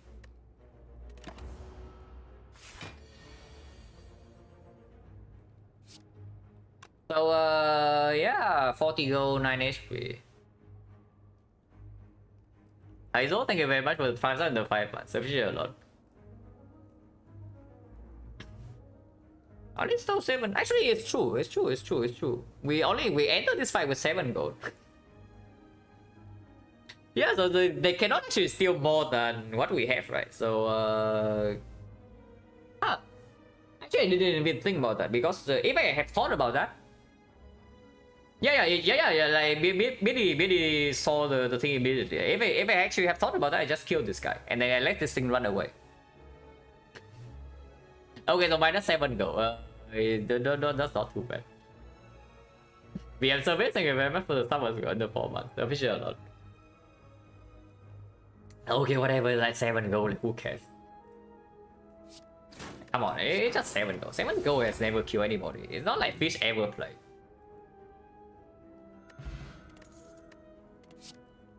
Oh really? I mean, we just took our power through, so that card is kind of good. This card is also kind of good, yeah, with the pyramid. With pyramid on 3 energy, this card is also kind of good, but we actually take the second win. 5 pot is very good. And a very good potion for like the elite fight. Unfortunately, potion gen runs 20%.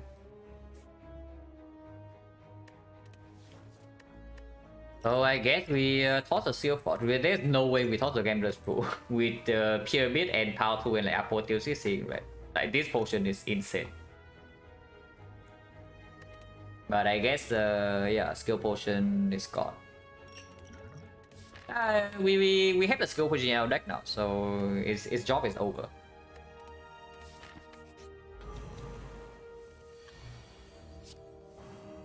Root.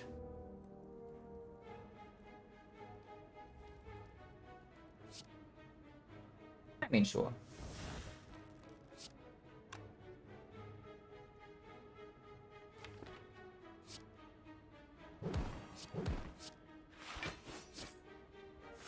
Could have actually killed the Mystic, but I don't think our block is good enough to kill Mystic on turn 1 in this fight here.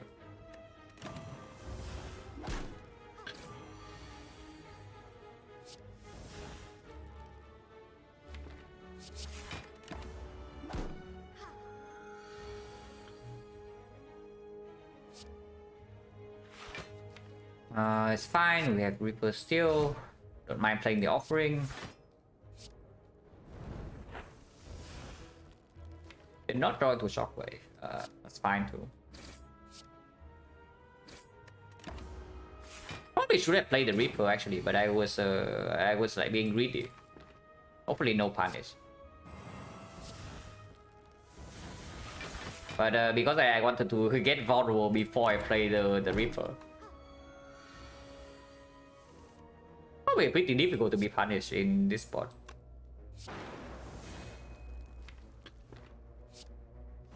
Because our entire deck is green.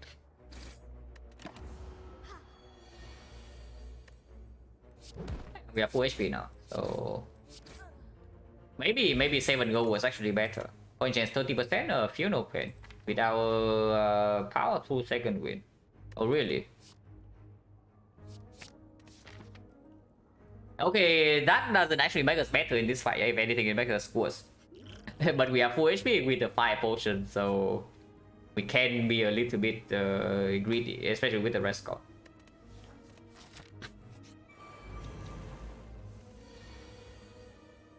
Hey. Huh. Naughty but Proteus? No, you dream. You have to dream bigger. We just get one spoon and then we are already there. Like the spoon apotheosis searing blow line.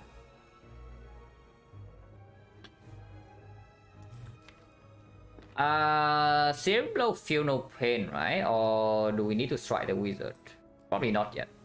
But feel no pain right now opens up block next turn if she attacks for 33. And honestly, we can even block wizard if we draw into power 2-second with the feel no pain in play. I think I want to get the searing blow out of my hand over the double strike to have more flexibility in damage. Vulnerable corruption, exhume deal risk, yes. But yeah, searing blow, feel no pain, yeah. Kill the sneaky. You can also strike and do fireport here, but no need to panic yet. Because we have full HP.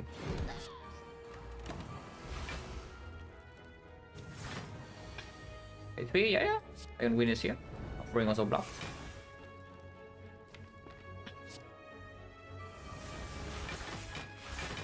Okay, Field of Pain already already performed.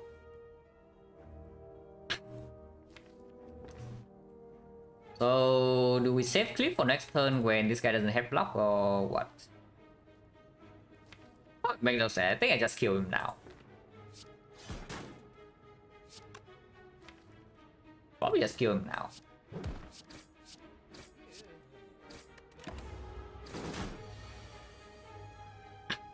Where is my apotheosis? No, really, where is it? We save seeing red for the Apo seeing red next turn, probably. So this turn maybe Shockwave Strike, because next turn we are a little bit open to being attacked. Shockwave is better next turn, much better next turn though when she resummons. Yeah, but this is in the deck, yes, technically true. Blast Strike is okay. Next turn we have energy. We have 5 energy next turn, we have 3 energy left. We have this 1 energy, so we can still play power 2 plus. Yeah, that's fine. And yeah, so shuffle in the Twin Strike.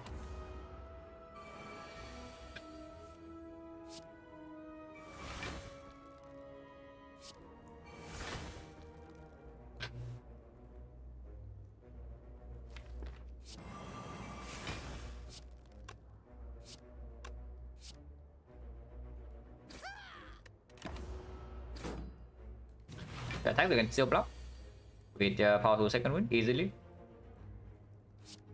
How much block is this? It's like more than enough, right? It's more than enough.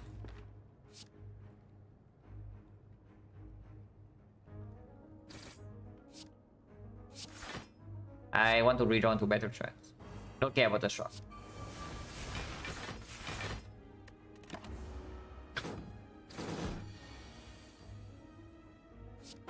He dies over 2. And we have 4 HP. No potion use.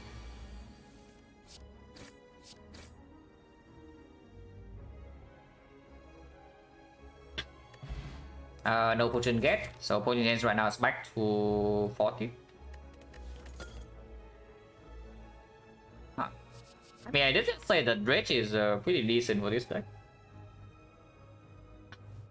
Powerful second win is less necessary, but it's still not too bad in very short fights.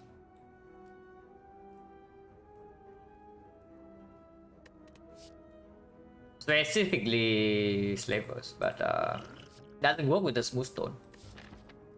Red plus is good. There's also a headbutt, which I don't know what it's for at the moment, because it's definitely slightly worse than usual with the pyramid, and we have no strength to get back with the headbutt yet. Left barrier, not really. It's definitely just worse than rage. It's just rage with a skip. I think it's okay. I think it's okay. Green, everything is green now. We have this. Everything is green eventually. And yeah, we are never picking Snecko with the pyramid, so the rage also is fine. And yeah, rage can play next turn. This turn we are doing yeah, nothing. This turn we are doing nothing, so good for us. Unless you tell me to play 1 defense, but I think I can't 1 by defense in my hand, because these things already get out of our hand for free. Ice cream would be good. Oh, rage. Anger. I want to save the Sing Red if possible. So can we do that? Yeah, sure. Absolutely, yes.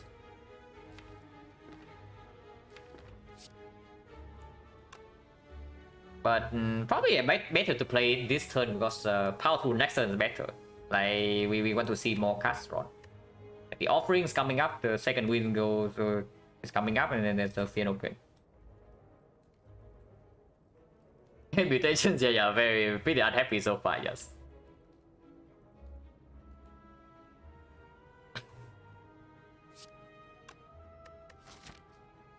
Yeah, sure. Plus 1 energy, and then can do like Twin Strike, defense, 18, 21, still take 3.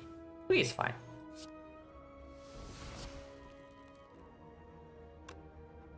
I'll leave more defense in hand, so because this turn they block for 1 less, so we take 4. Maybe 4 is okay too.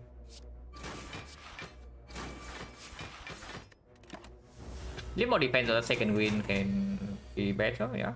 Exactly like this.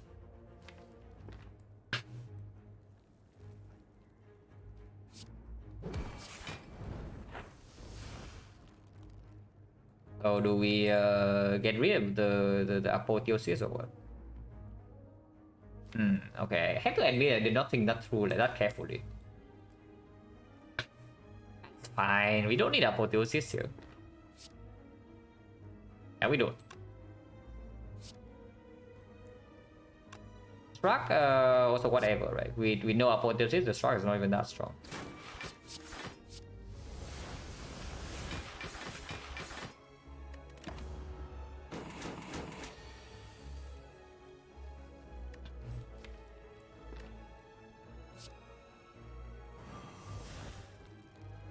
Don't need to actually play Fear No Pain. Because it's only worth anything if we redraw to second win. If we redraw to second win with the Fear No Pain, also needs to be powerful. So it needs to be powerful second win. Otherwise it doesn't do anything. Let's just do this.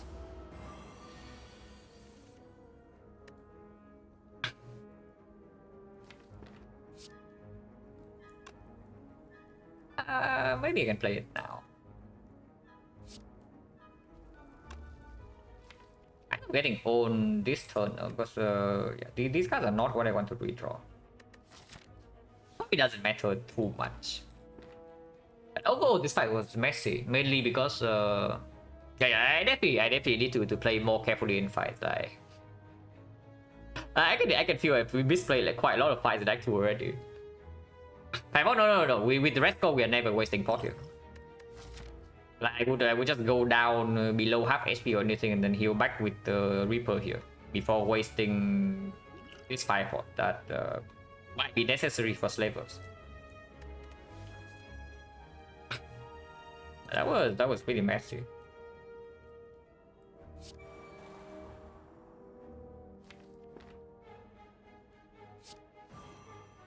Okay, maximum punish, I guess.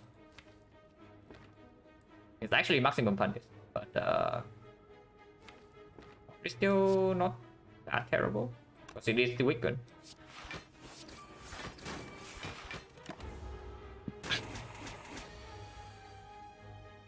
Holy crap, it's actually maximum punish. But now we have Red Skull and then we can Reaper back one time. So minus 10, yeah, exactly Red Skull range, and then Reaper without weaken with 4 strength actually heals up a little bit.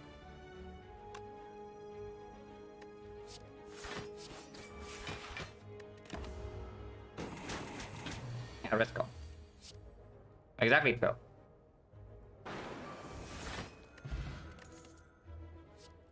More shockwave?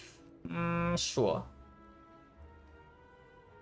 Sure. With Fear No Pain and what I guess I don't know. Like with power 2 second wind right now, corruption is a little bit weird. But it's probably still strong. But this second shockwave is definitely not as good as usual. It's still good though. Like in this fight it still plays. And it was drawing into one earlier in later fights also like still excellent. House Dropkick only good after we get things in play. So I don't like it. Because when the fight goes long enough after we deploy Apotheosis and Feel No Pain and whatnot, we are already basically beating most things. Unless they have like Mega Marbles, then maybe this can play more often.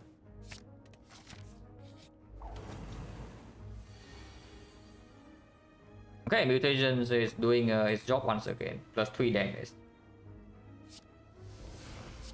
But yeah, of course we play Apotheosis over Shockwave.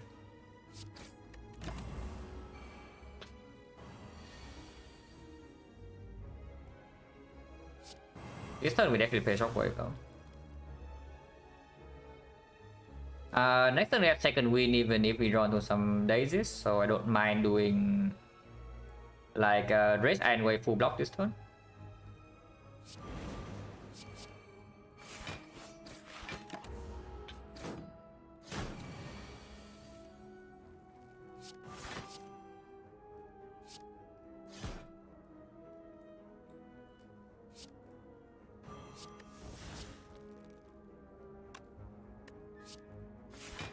We block this pretty easily, don't even need to second win yet. And then of course we have Kill No Pain plus, then everything's fine. If we draw into it. I don't want to Offering. We probably also don't need to.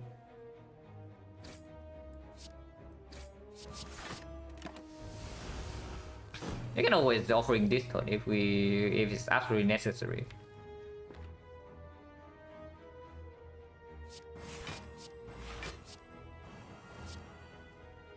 Yeah, bottom deck Fear No Pain against Chosen, the classic, but still don't really care, right?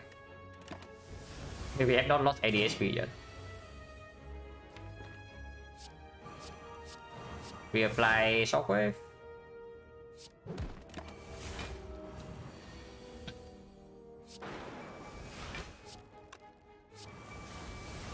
Let's kill next turn.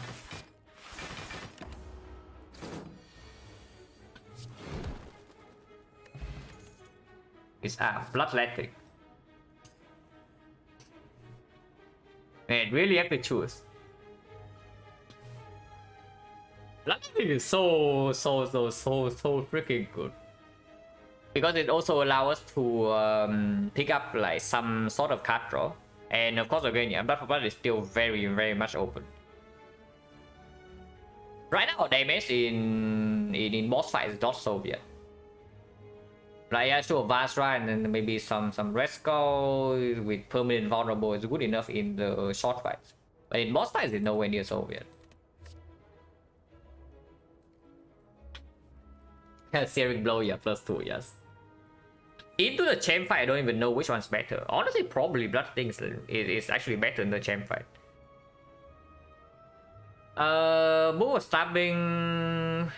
Yeah, honestly, even there, I don't even know where the disarm so much better than Bloodletting. And Bloodletting is also better in honestly any fight, especially if we are stuck on 2 energy. Disarm, yeah, disarm is not even good until okay. Into Awakened one is absolutely good. Into Time Eater maybe is okay, but not exceptional. We would pick up Exhume because we have the Reaper already, so the disarm value also goes up a little bit, but not by that much. But yeah, like 3 energy per bit, but I think just like it's just way better. And we can also refuel our HP with the Reaper. And now with the Bloodletting and the Offering, yeah, maybe even Rupture is open. Not good now, yeah, not it's in Act 2 itself is not that good. Because against the champ we can already block with like power 2 second wind and our whole deck is green. And we also add the Rage Plus. That doesn't care about Frail. So run left, we have 4 HP, of course we take 2 edits.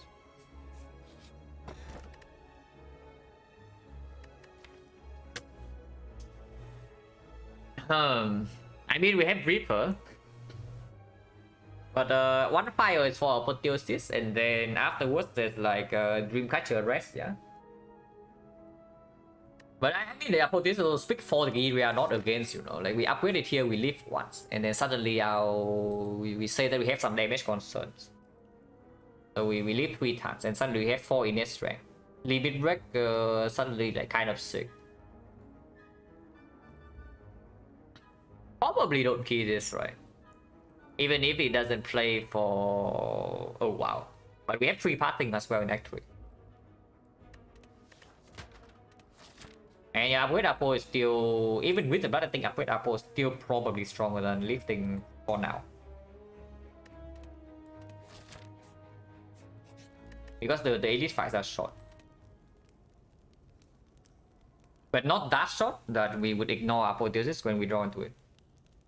But this is the only upgrade we need to make. Afterwards, we just leave every fire.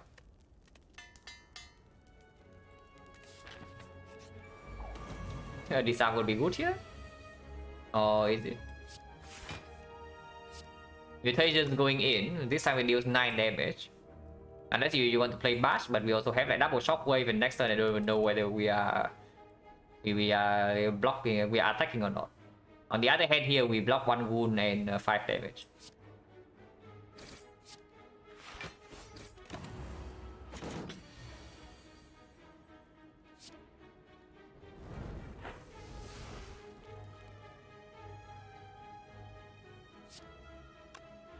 I gotta save this because we have the Funeral Pin. I can play Bloodletting first.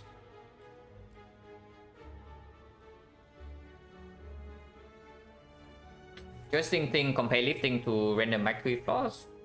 Yeah, without the Reaper in the deck, I would definitely think more about it. But with the Reaper, it has to be like quite good. And the value of lifting compared to a random Act 3 flaw is definitely just higher. At least for normal hallway fights.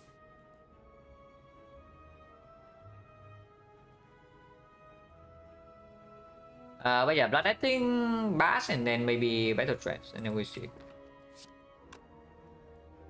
Hand has 10, yeah, hand has 10. So actually need to play 2 before doing it. Also this guy is like owning us, kinda.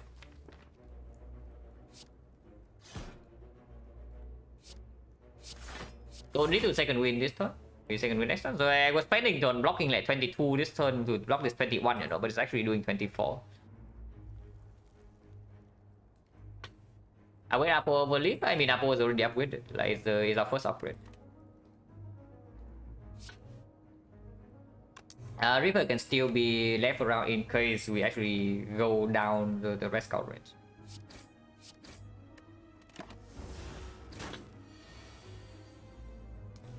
Yeah, the classic. I mean, it's fine. Because we saved the second win for this. Next turn is still fine because we have Rage Plus. Oh, we can also play defend attack 8, but not really.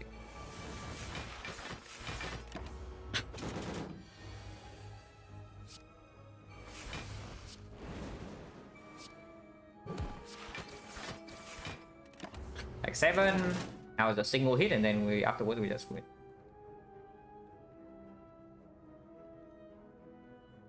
Still vulnerable next turn. Next win is in hand, so there's like no actual risk here.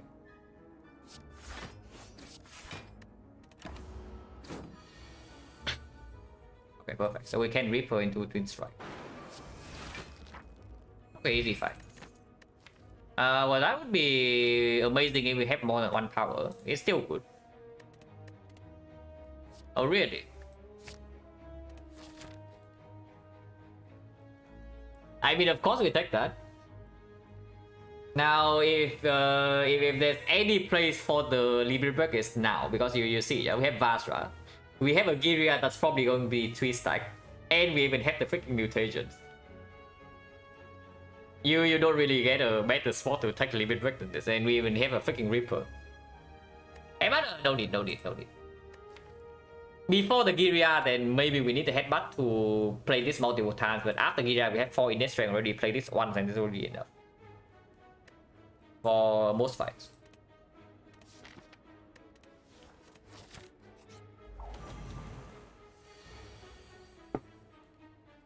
Yeah, you laugh at the mutations. you laugh at the mutations, guys, but guess what? I don't even know what are we playing this turn. Maybe it's actually Shockwave Limit Break over Apotheosis. It's probably Shockwave Limit Break.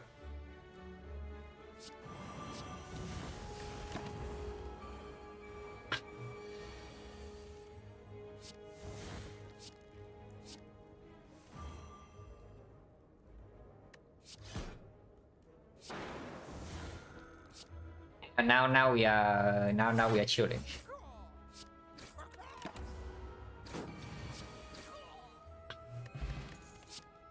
Metallicize with the mummified hand, yes. Or we can also take True Grit. Taking True Grit to exhaust the garbage attack so that we get into a power 2 second win loop with Feel No Pain is not so bad. Reasoning for mutations over transform, because at that time we could not go. At that time we were going into a shop, yeah, and potential for like the artifact. We are on TNZ with the pyramid, so the added output on turn 1 is slightly better. We already have the Reaper, so anytime we draw into the Reaper turn 1, it can also refuel HP. And more importantly, is just that the path we are going into was fairly harsh, with no safety option. So I take the option that has guarantee power boost. So it's like a lot of bossing, mostly because of the pathing is like this. If the pathing is safer, I absolutely take Transform too, because on average it's just stronger. Honestly, Metallicize is not bad. We have Mummified Hand, it's going to be green, it's good against the champ, but there's also, yeah, True is just better, right? I mean, Burning Fact is the best, but picking up a manual exhaust from this spot to get rid of these things is also good. When we already have eventually the loop power 2 second win, and damage wise we have Limit Break.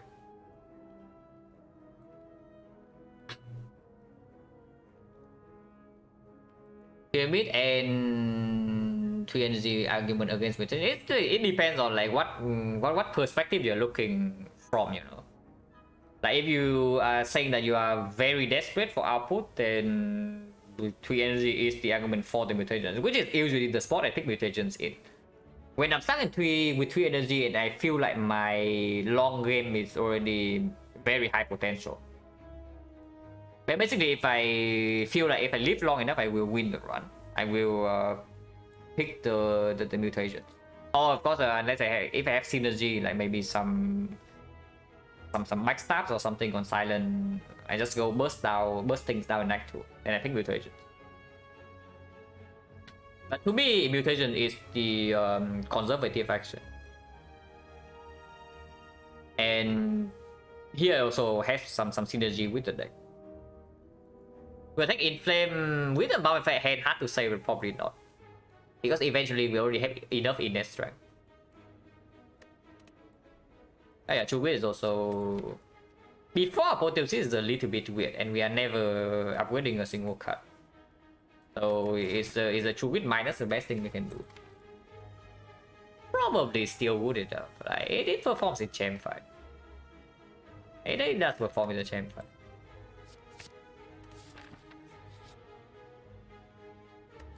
These are my pluses. Which we also absolutely don't need. If anything, we want more max HP because we are doing some hyper strength with Reaper heal up now. So we actually want more max HP, and we already have more than enough healing. So no, it's an empty note.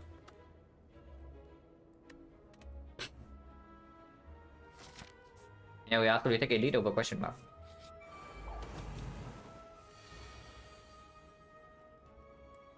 Oh yeah, here like here, because of the mutations, I can put a little bit of damage over like spending 2.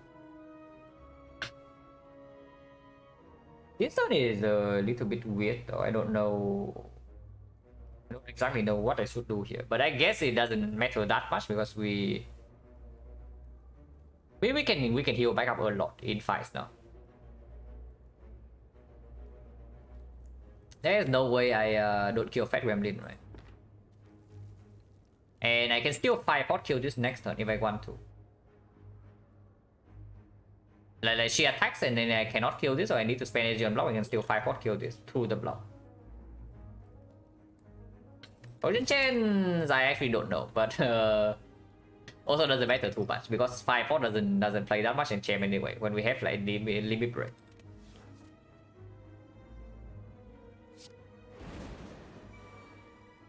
I can play hand, so I guess we just play hand.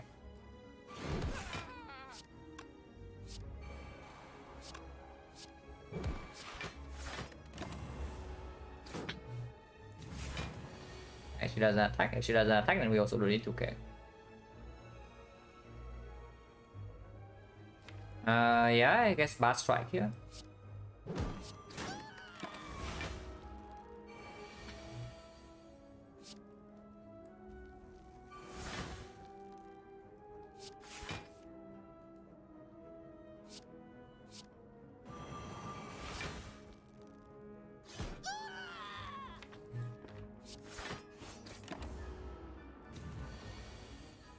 Yeah, probably decently high. Yeah, easily full block.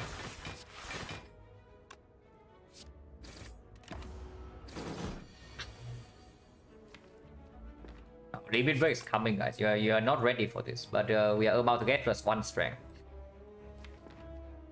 Yeah, +1. I don't want to shuffle out the limit break, right? Because redraw into it actually is good. Let's do that. And then, yeah, sure, we can play Battle Trance last.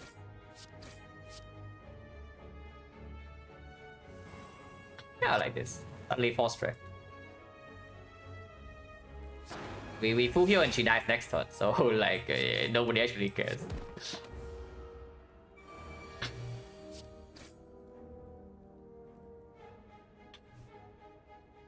Full energy 3 strength, how was limit break? Yeah, insane. This thing give us 3 strength whenever we want to with the thing. Here's the headbutt if you still want to do some limit break stuff, but I don't think we need to do that at all. On the other hand, there's a freaking dual wheel. And yeah, dual wheel Reaper with a million strength is pretty strong. Dual wheel Pyramid is pretty strong. Dual wheel with the Funeral Pain is pretty strong. Dual wheel with the speed plus that we are going to get after this sack is also pretty strong. Yeah, take dual wheel. With the pyramid cannot be that bad at the moment I had. This notion might even be kept until the end, by the way. Yeah, of course we did. Yeah. There's nothing worth upgrading with the apotheosis in the deck. And with the Limerick in the deck, like lifting also is way stronger.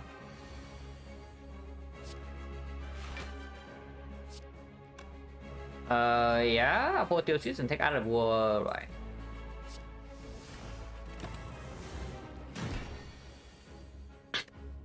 So don't need to play Feel No Pain yet. And also just do this in case I draw to dual wheel. I did not. That's fine. Can dual wheel Reaper instead. And we also don't need more than one Feel No Pain for this fight anyway. Like we exhaust now eventually, and then this fight like really easy.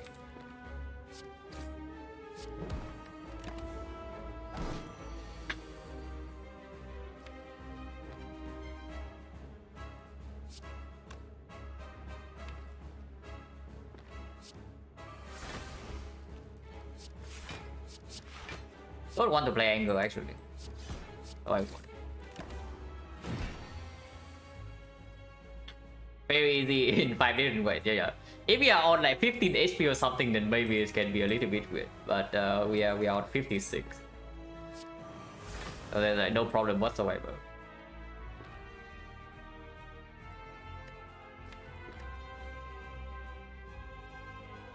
Yeah, I guess I can take a little bit of damage. I want to accelerate the thing.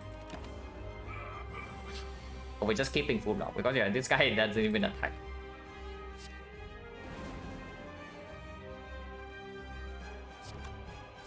We draw and wave is good.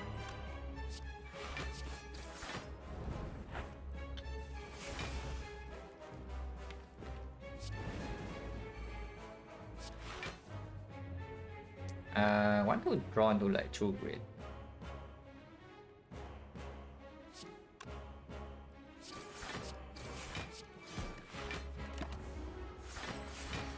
Also, I don't need to do a wield the thing.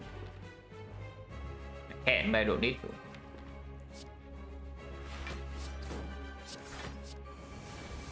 Yeah, I just exhausted.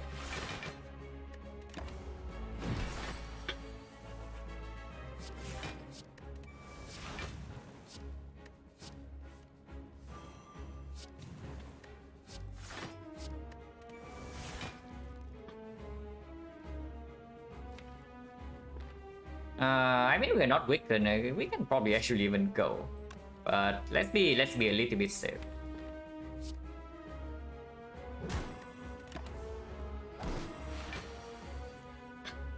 Just a little bit. Rage is not going to play much more from here, but also doesn't really matter.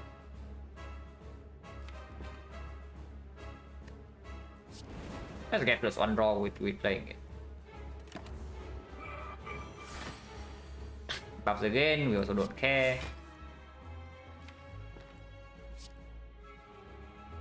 28, so 26, 33, so we can play 1 strike.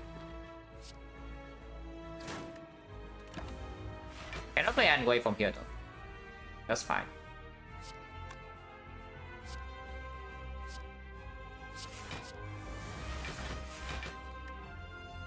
I mean, who says I cannot play Angway?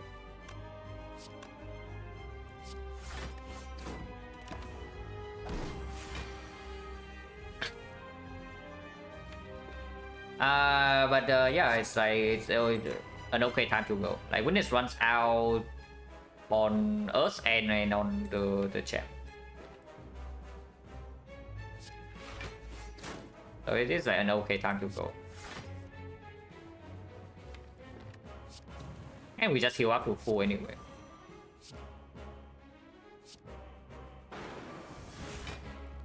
Yeah, we have full HP, and next one is dead.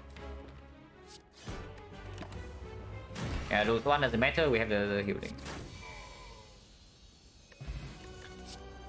What did I say, guys? The fee plus we get after the act. We probably just click this. Okay, there's no discussion. I just click this, and then we see boss equals, and then I take a break.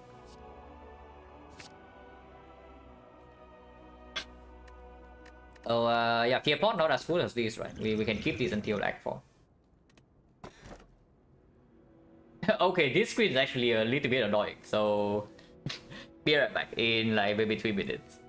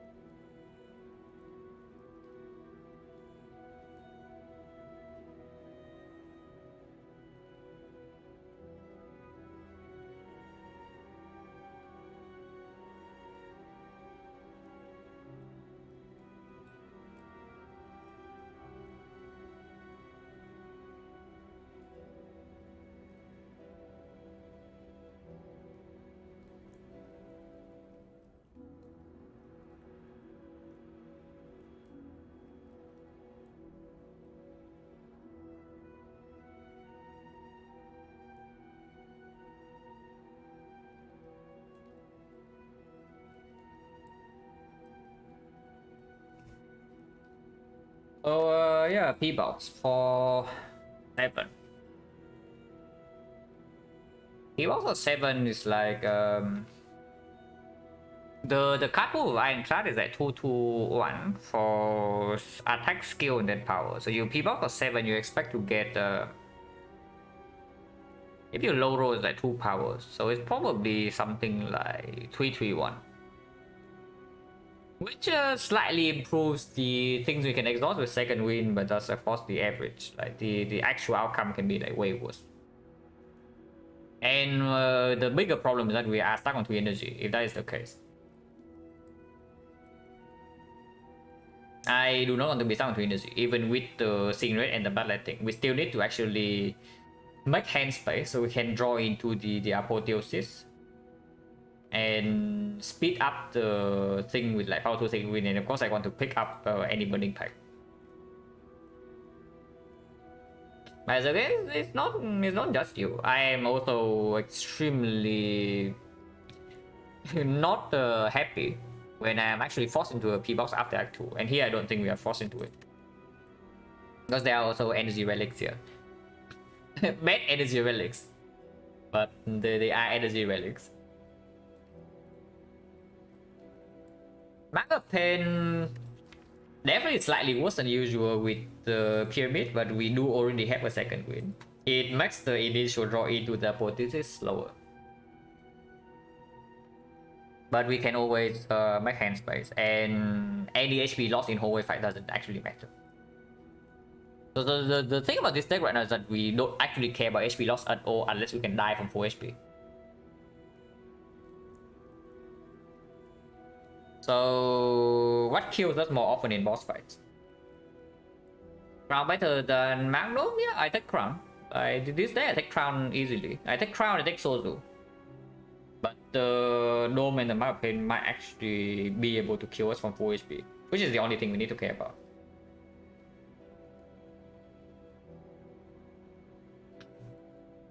So what fights are threats at the moment? Only elites and bosses, or is something like transient potentially a problem? Not really, right? So elites, Nemesis, pretty annoying, and I guess in that fight Dome is worse. But dying from full HP to Nemesis, not that easy. We have we do have Pyramid. Without Pyramid, it's a lot more annoying in that fight.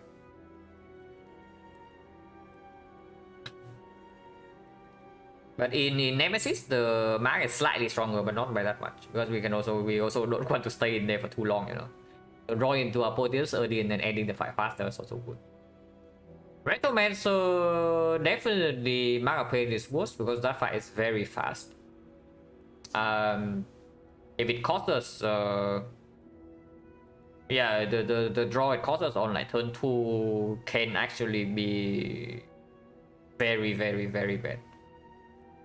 And our perspective right now is that we don't actually care if we take 30 damage from Rectomancer to your face. We just cannot take 70.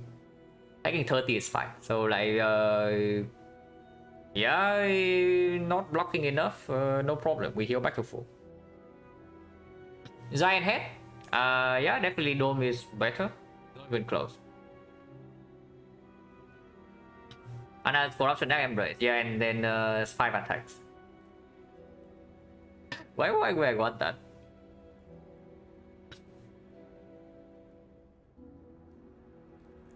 Because I don't even know, like, even the best possible pen P box here. I mean, unless it gives me like, no, if you actually want to bait me into P box here, you have to say that the P box has like 3 offerings, and then I click it.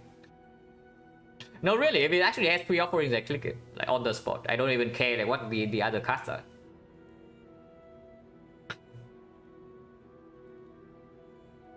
But yeah, so Elite Dome is just better by quite a lot.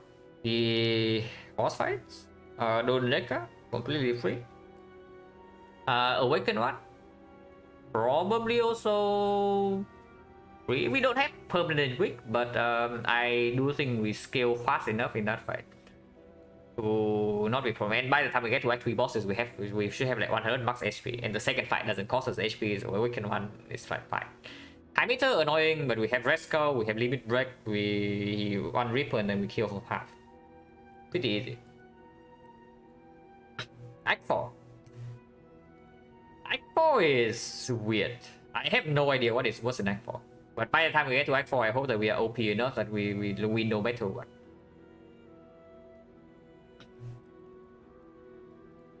So yeah, if we are just thinking about like actually when we are slowly building up with the feat, then the Dome is probably slightly better. The only consideration is that whether the Dome can cost us some feats or not. With this much healing from the Reaper, probably not, right? We can face that. If anything, we run into single or walker, like the Maya Plane is going to cost us more than the Dome. Let's take Dome. We have 2 lifts and 1 recall, yeah? Act 4 I don't mind resting. I don't actually mind resting in Act 4 too, because with the feast we are going to rest for a lot. So, but I mean we can also be full HP. And then at least it's like Dreamcatcher and Ray Chance carries over. Yeah, Time Eater though, the classic. Doesn't matter too much. Maximum 2 elites, that's cringe. That also doesn't matter too much. So it's like 1 fire. Yeah, the pie is like double shop unless we go here. Start here is like fine. So we start here, take this. 4 fight on question mark into fire leaf into elite number 1, elite number 2, late shop. And then leave again. And then recall. And then act 4 we are free to do what we want. Tiny chest will prop here. So we also get to choose. That's fine. 1000 gold I don't care about. How much gold do we have in this shop? Like 1 to 60? 60, 60. So 350 for 2 shops. 380 for 2 shops. With 2 chests is like 420. Honestly, going to 1 shop is good, but I don't mind removing a card though. We have not removed any card in this one, so remove is 75. So yeah, I definitely do not mind double removing. This deck with removes is like so freaking strong. Yeah, this deck with removes so freaking strong.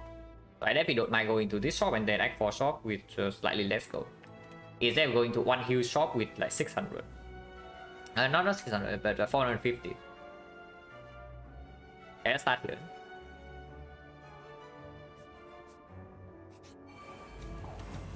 Okay, at least +8, hopefully.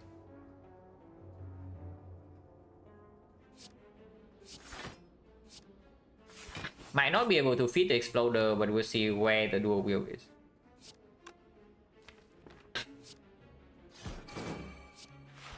Might take a little bit of damage, also don't really care if all of them attack.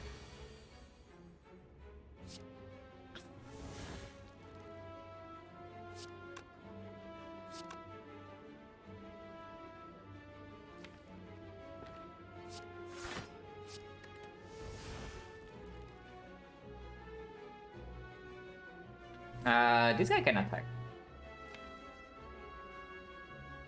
Doesn't matter too much.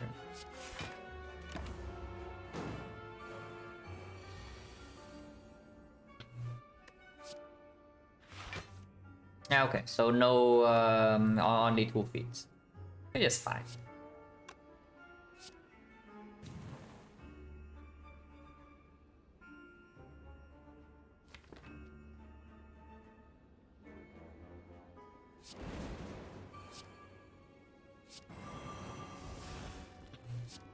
I probably should have played the Feudal Pain, but I was thinking maybe I can dual wield Feudal Pain so that power 2 second wind is stronger for me to fit easier.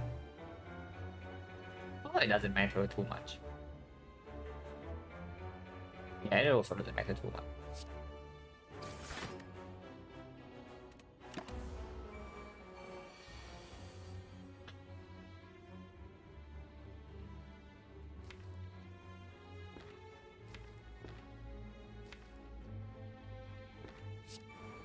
Probably not. I actually need to draw into the card.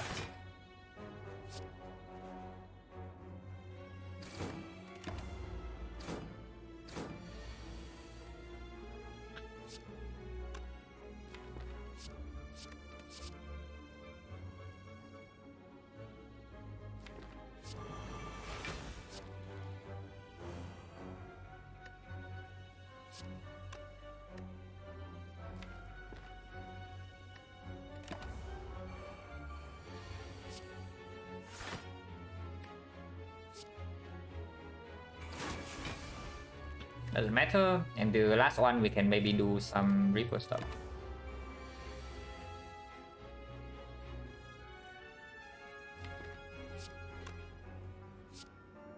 It's really, actually really difficult.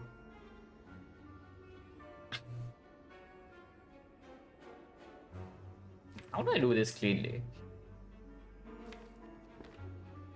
yeah, we are getting clocked here. Which is why I'm saying like the double remove is good.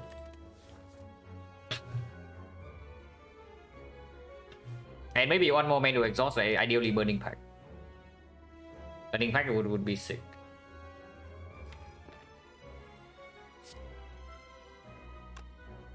It is taking quite a lot, and then nothing improved. Maybe I should just go into red scout range. Yeah, maybe I should just go into red scout range here.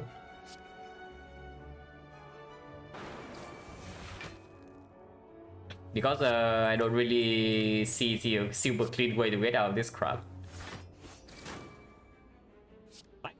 Spiker is so freaking OP. Spiker OP, guys. Armaments no need. Reckless, Thunder, whatever.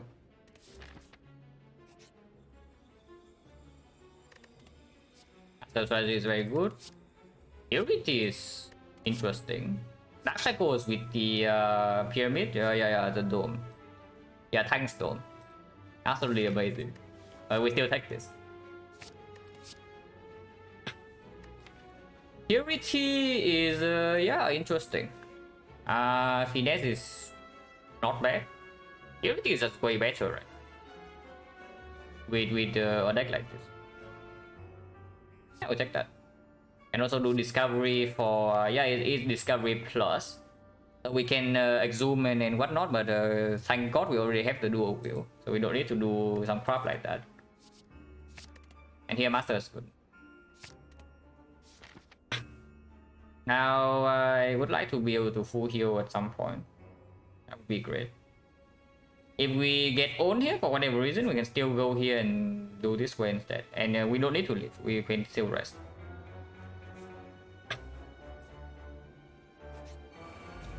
Oh, this fight with the dome. And apparently turn 1 we are getting owned here. Huh. Can we die this turn? No, right?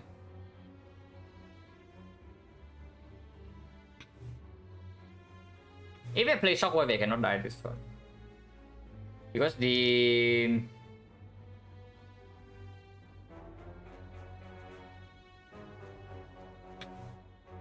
These things do not multi-hit you on turn 1. As far as I know. Okay, I can check a little bit. Yeah, base damage is between 9 and 13, but they cannot multi-hit on turn 1.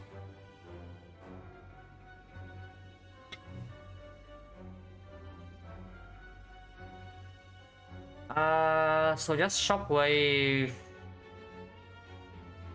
Do nothing. Take Other War. Now we see one Reaper, we are completely safe, yeah, but we need to see the Reaper. Our deck is 30 cards. How much damage can I take this turn? If they all roll maximum, it go down. They go up to they go up to like 13, 13, 13. So weakens down to 9 and take 27. Go to 6.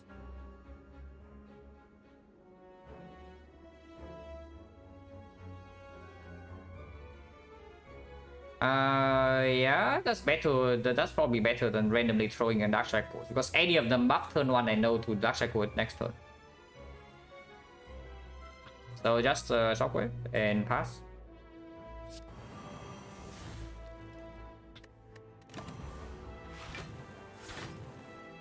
Okay, no to Dark Shackle this thing.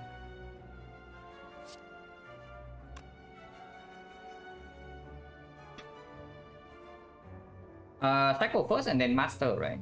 Instead of doing anger. I think this thing right now can hit for like 15, so if I draw into Apotheosis right now, Shackle after Apo is better. The anger damage doesn't actually matter too much. Maybe do this. These things are both hitting me, yeah? So this turn I need to actually be careful.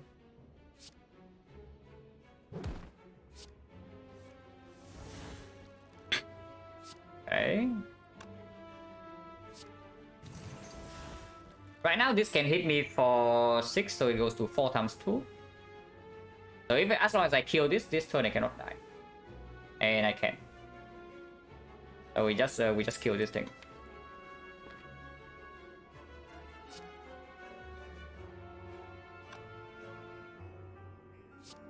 $16 times 2, we need to spend 3 attacks here.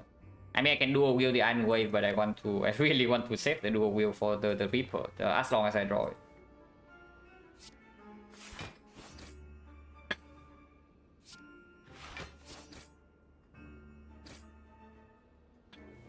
So can reapply shockwave or can do some damage here. Probably doing more damage so that I can draw more with like the offering, potentially offering plus, and then battle trance plus is better. This also can play when this thing respawn.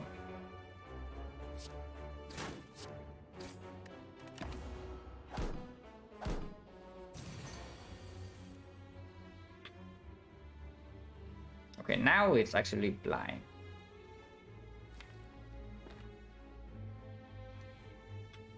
Yeah, if I really want to, I can also game the screw for full heal immediately, but let's not do that if we can help it.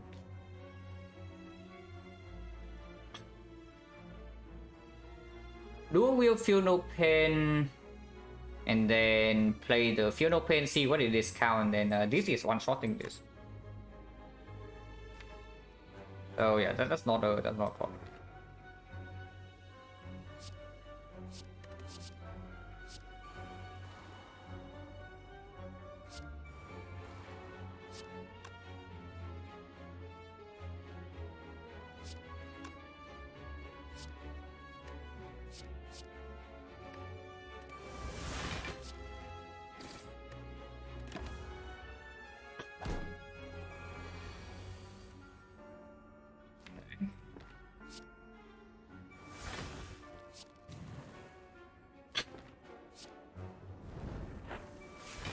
Of course I played that.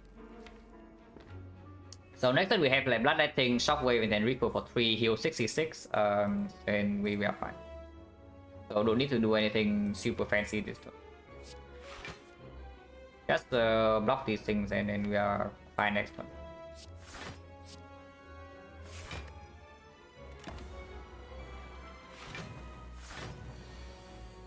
They try pretty hard to kind of own us, but it's fine.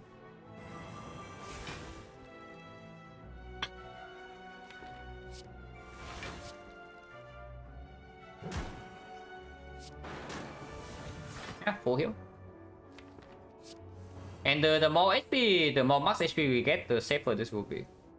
Like eventually, we are going to have 0 risk when doing something like this.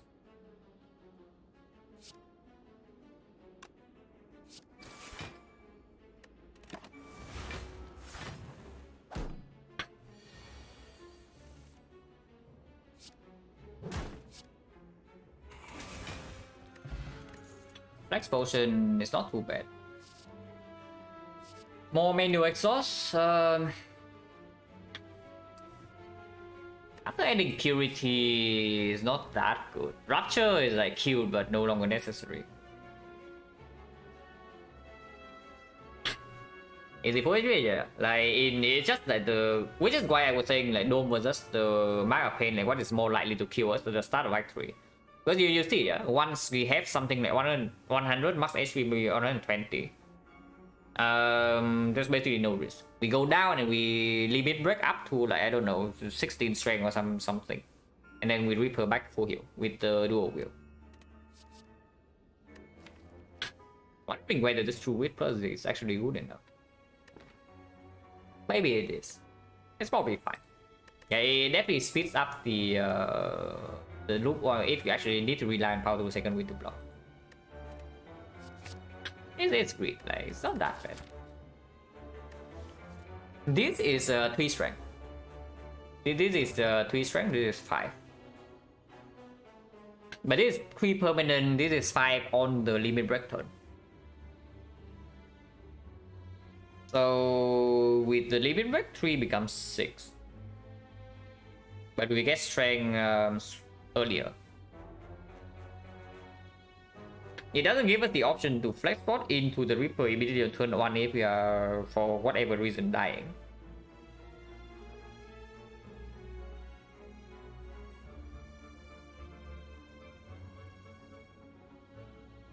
But yeah, like the ancient potion is just better, right, than the flex. It's more flexible as well. Unless you tell me is this like orange palace right here. But whatever, right? So take 2 edits. And this way has fire for the leaf. This way has one less fire, even if it's still 2 elites and 1 shot. The shot is also earlier, so it's good.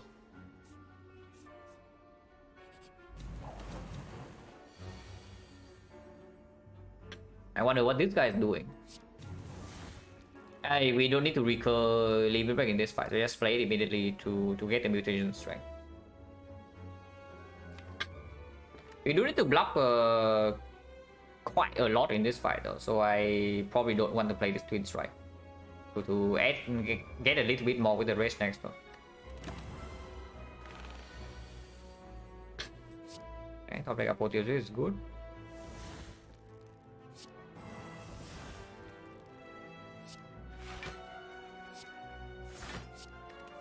We will take damage here. We will take damage for a little bit, but then 1 Reaper and then we are fine. We have like 7 strength. With potential for dual wheel Reaper.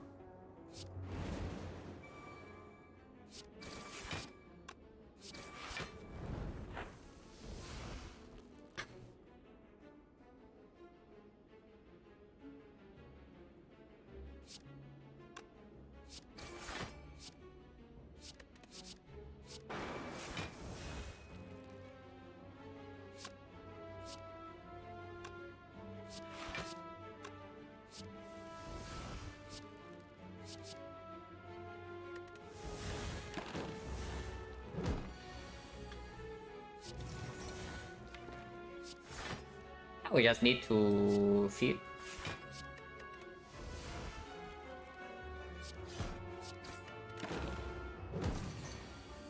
And easy do that this time.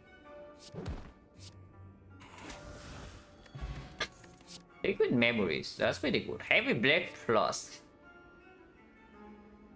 If there's ever a time to maybe pick a Heavy Blade Plus, maybe it's now, because we have 4 innate strength. With this turn 7 or turn 1, whenever we go down to red scout range is 7, and then we have limit break. So that thing is like maxing out the heart in 1 attack. I guess the finish the combo, yeah, sure, the spoon. But we just don't need it, right? We just don't need this for anything. Honestly, Twin Strike is doing the same job as the Heavy Blade. And I really don't actually want to draw to the bad attacks. So even in this condition, we probably still skip the Heavy Blade, which is pretty sad for it. Liquid Memories, however, is just better than the Ancient Pot, right? Because we can, upgrade Limit Break and then we Limit Break and pull it back. Or we can pull back the True Wind, speed things up. We can pull back the second Wind, speed things up. Oh yeah, sure. And of course we have the combo Game the Screw into Liquid Memories. Okay, +1 curse. So how do we not get curse here? I probably just expect to get the Parasite, but Parasite at least can be second winded, so it's not that bad.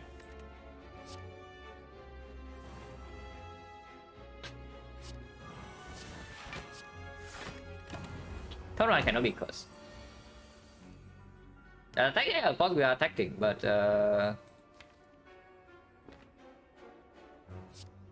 it is not that easy. Need to make hand spec. But this fight I do play anchor. Now thanks. Duvudo, yeah, if we actually get a Duvudo, that is good. But otherwise, they're going exactly as expected.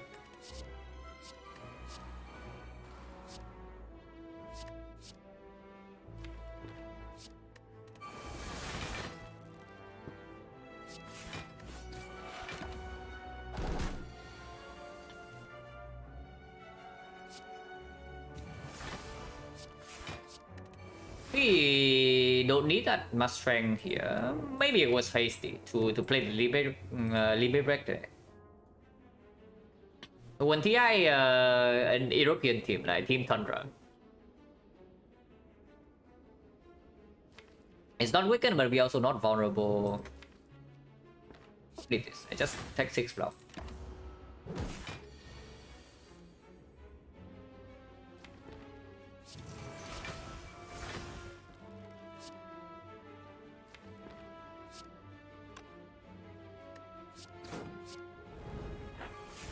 Okay, Apotheosis bottom deck, the classic.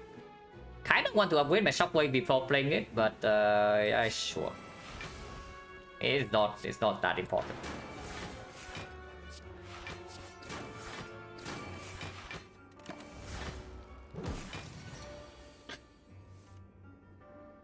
Stone period, retroactive. Yeah, at the very least, it immediately.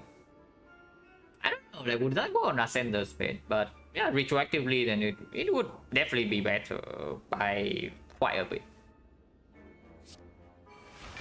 This game auto landing, yeah, I'm on it. Yeah, definitely on the job right now. I can no longer get curse, so I can just play freely.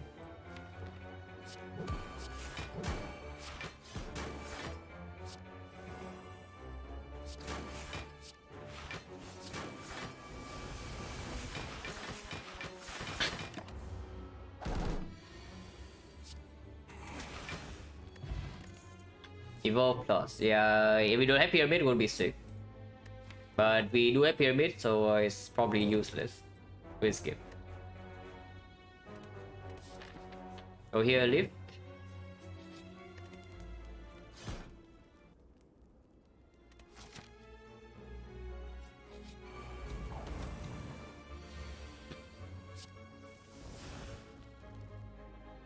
Our wave right now means that next turn we don't have it, but we can kill both minions immediately with the clip. I'll be okay. And yeah, I want hand spikes. I don't actually want the Iron Wave in my hand.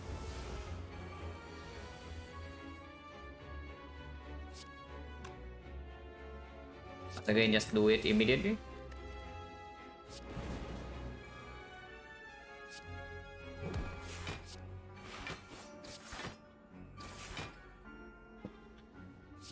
She might be resummoning, and honestly, she's quickened, so even if she attacks this turn, I don't take that much.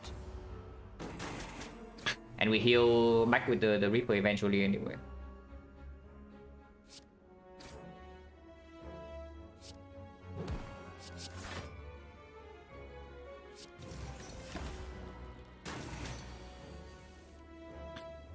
Okay.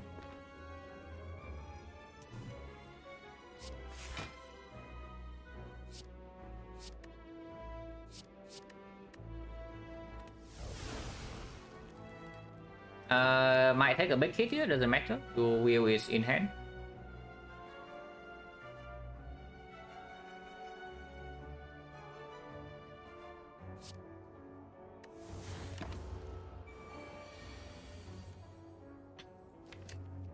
Okay, Apotheosis is once again in its rightful place. Doesn't matter too much, probably.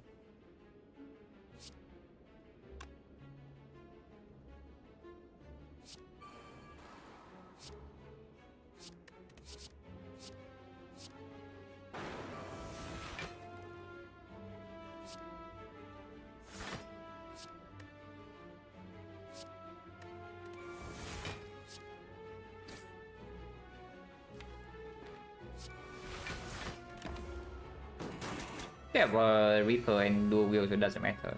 Yeah, okay, cool. Finally. It's just at the bottom of the deck, guys. Like, there's nothing wrong with it. If it wants to be the bottom, we don't king shame here. But Shockwave now is fine. These things are taking big, so it probably needs to die this turn. Reaper full heal, but then cannot easily block. Let's do this first.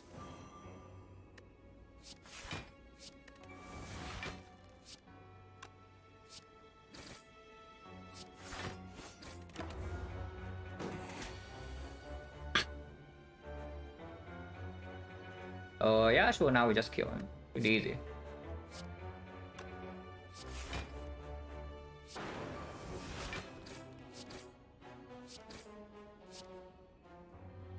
Oh yeah, I'm not full HP. Wait a second. Did somebody say that Mortal Lightning is coming? Yeah, just get Mortal Lightning. It's actually that easy, guys. It's actually like so freaking easy. You just get Mortal Lightning. You see the strategy here, and I also see the same. Okay, so Apotheosis can no longer be at the bottom of the deck. That's pretty good, which means that every single card we pick from now is green.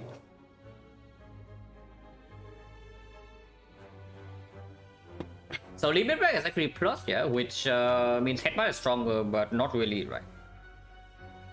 I want to get down to the loop faster, and we honestly we don't need more than one Limit Break, right? And Trends, no barricade, no interested. Sentinel, a little bit Q with 2 with plus, but we are lacking card draw, not energy, right? With Sing Red and Bloodletting and the 4 energy here already. I probably don't pick any of these. And yeah, green or not, it doesn't matter because everything is green now. Yeah, probably not as good. The pair. This is literally pair versus the random relic here, so it's pair above average or not. You're thinking back Dark Embrace job? Yeah, Dark Embrace will be good now. Now it would be good. In the middle back full with the path that we took, I'm not sure whether I would be confident with the Dark Embrace, but obviously it probably would have worked out. But Kitty, why? Like, don't we just need max HP to win? If we only need max HP to win, we don't need any more scaling and also card draw gets worse with the thing, yeah. So something like Centennial Puzzle, maybe Pocket Watch, or even Ink Bottle. I guess Ink Bottle gets better. But any relics that actually give some output, and for example the I don't know, the ornamental fan, something like maybe Train Needle, doesn't matter nearly as much. Seem redundant? No, like why would it be? Because our game plan right here is not fit. Our game plan right here is fit to have enough HP to play into our Reaper combo. So why would it be redundant? I mean, I take the HP. We are not in the range that we cannot die no matter what yet. Yeah, I take this pair. I take this pair. Like, why would I keep this pair? And then I see gambling chip right here. Here's your 10 HP. Yeah, here's your 10 HP, guys.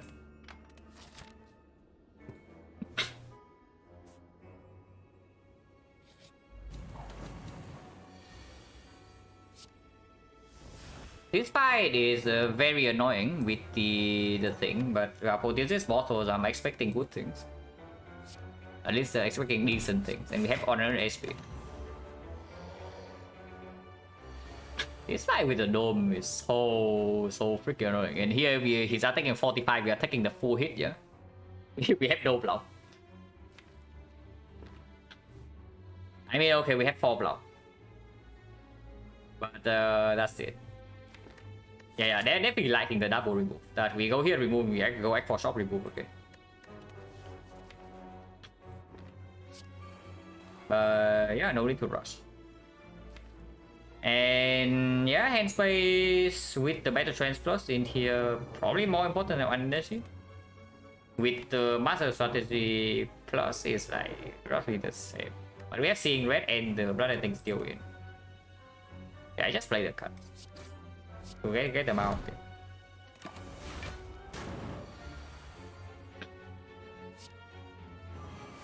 And now we have weakness. And now we cannot make it. It doesn't actually matter. The HP loss is not exactly super relevant here.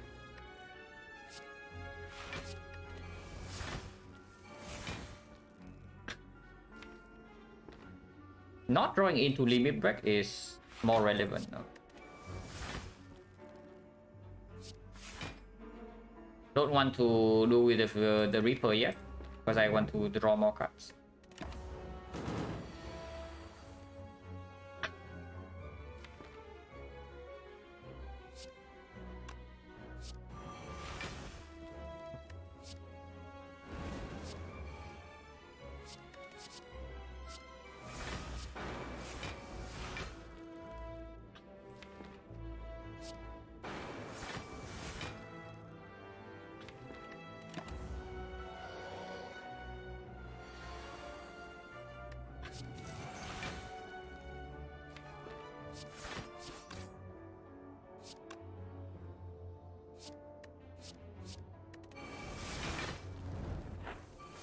Okay, now it's limit break bottom deck. I get it. But it's fine. It's fine. We don't need that much. Okay, we really don't. And yeah, it's big hit, so now we don't really take damage.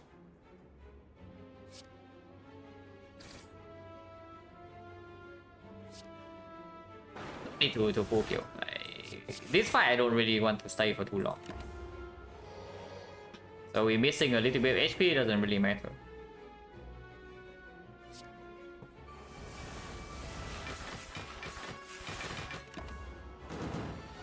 Now we just kill.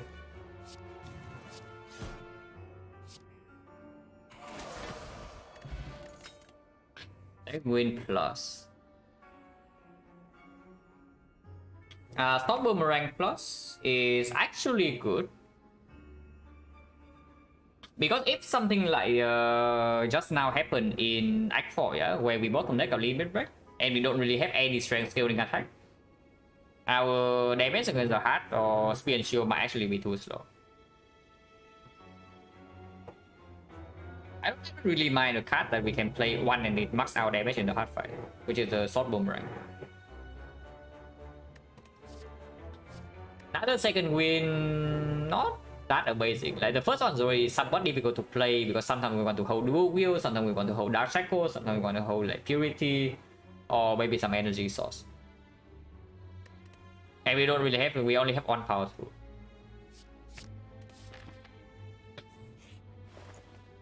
Corruption plus, yeah, sure. I mean, remove first. Anger still can stay. This is definitely Searing Blow, yeah. Searing Blow is worse than Strike. Like, Strike scales way better with Strength. And it's easier to get out of the head. So if we do double remove, it's definitely on the thing. Wasn't a curse? Yeah, like of course it wasn't a curse. Curse can be taken winded. And the curse also costs like 3 max HP. Of course it wasn't Parasite. It's not even close.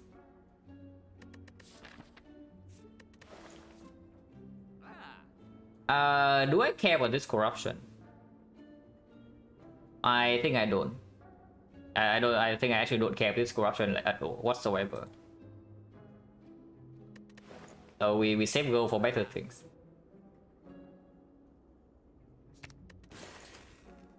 Remove next shot is 100. So 213 plus another 230.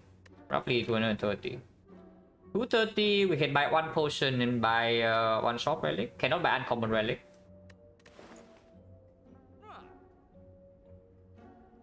We do have a little bit gold left over to do something. But I don't really want to do anything here. There's nothing I'm interested in this shop. Maybe I can buy a power on sale in Act 4. Like the Dark Embrace on sale. Secret Technique seems good, but it's good. This thing is very good. How good is it? Yeah, it pulls Offering on the Master. It doesn't pull Apotheosis because of course it's mortal. But pulling these things to make it faster is it's good.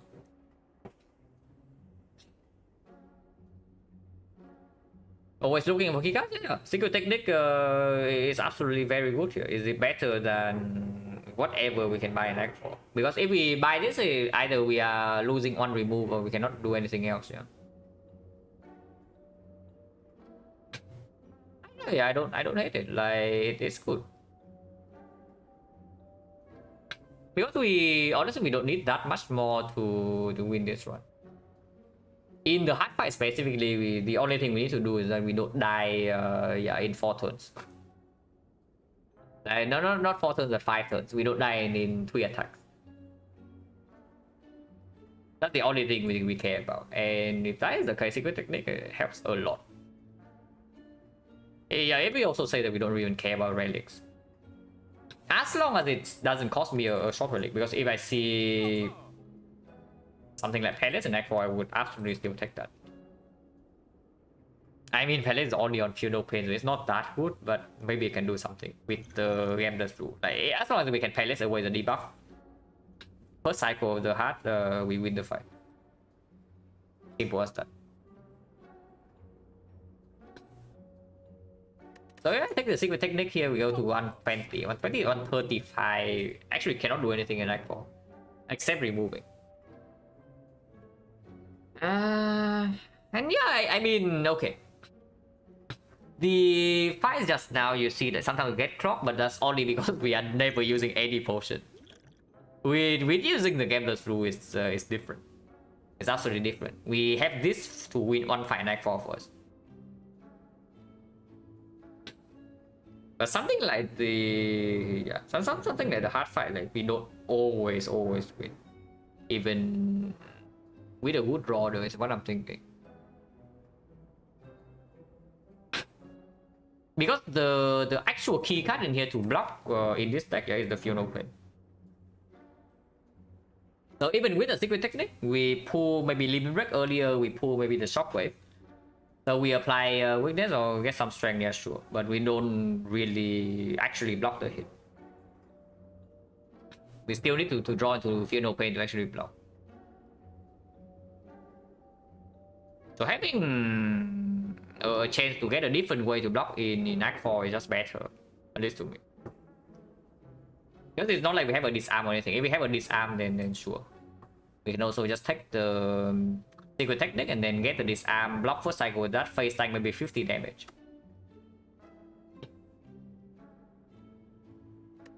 Oh yeah, here I don't. I think it's very good. If we have like 50 more gold, I would buy this. But I think keeping the options open for Act 4 is better.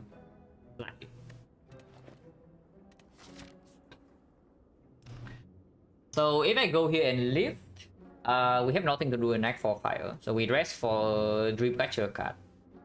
That's not the worst, but comparing to just going this way, it's probably just better to take more fights. Because 85 is also more max HP with the feat. The quote-unquote downside, of course, is that we have one less strength in the boss gauntlet, but I don't think boss gauntlet can kill us. And if boss gauntlet cannot kill us and eventually we heal back to full anyway with the Reaper limit break, then yeah, we just live in Act 4. As long as we heal back to full, because if we heal back to full, then resting in Act 4 also doesn't give any HP whatsoever. And if that's so, then feeding right now is just better. And I think I want to do that. Let's go here and feed.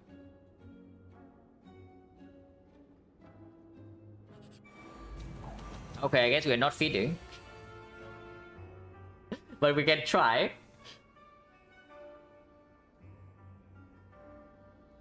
Yeah, we can try. Sometimes we can do it, sometimes we can. With the top boomerang right now. You know, get to feed. This is only this fight though. Every other fight we can feed, right? Or is there anything else that we cannot feed?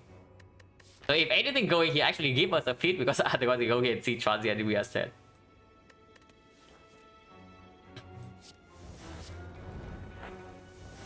Yeah, we can actually do it. Like look at this. Like look at how much damage we actually have in this fight.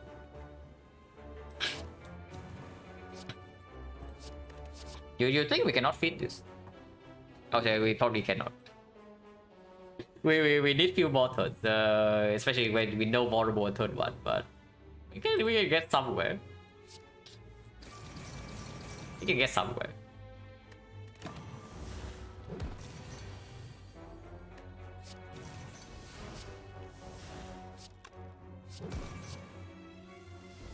Okay, no vulnerable on turn 2 probably means we don't get to do it. Headbutt, yeah, add a headbutt to your deck for plus 4 max HP. I don't know if that's a good deal or not, but it's something.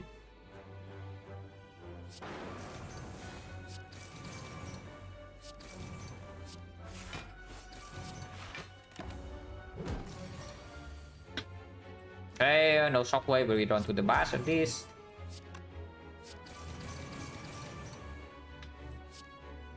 We need more draw. If we have slightly more draw, maybe we can actually kill this. But here, probably not possible. But we need to redraw into the boomerangs. Yeah, okay. Apparently, bottom deck both shockwaves. No problem.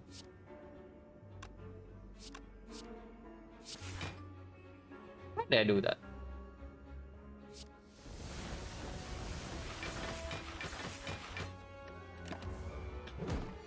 Playing the rage, I mean. Yeah, definitely cannot fit. We don't have nearly enough draw.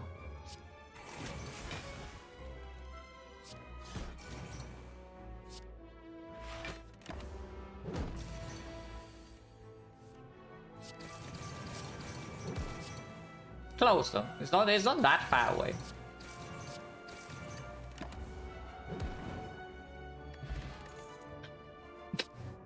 Yeah, good timing. Exactly when we need it. It's here. But I don't know. Like, do we still pick it or not? Because honestly, worst come to worst, we can't even headbutt the true grid to exhaust faster. It just accelerates the limit break, basically. So we have 4 in this strength, yeah? So we go to 8. And then 8 goes to 16, so this headbutt is basically 2 draws, 1 energy for 8 strength. And 2 draws, 2 energy for 8 strength. And of course a little bit of damage from the headbutt itself. It's not so bad. I don't actually hate it. I don't actually hate this.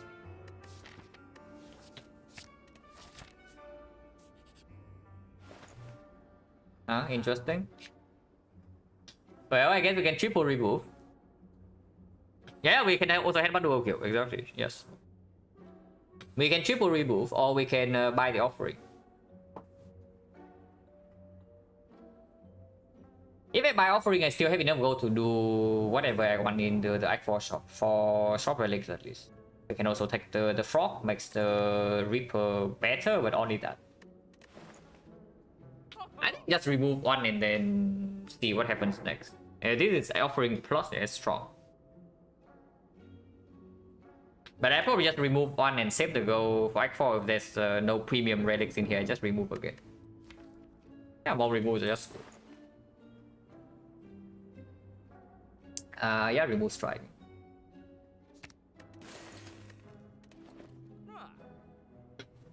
Draw, yeah, it's technically draw. This is the very expensive draw. It's good. It's premium, but it's also very expensive.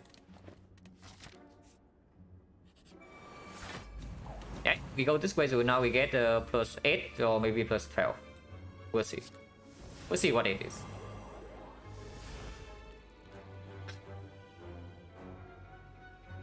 Probably keep the other war energy, even with the bloodletting in hand.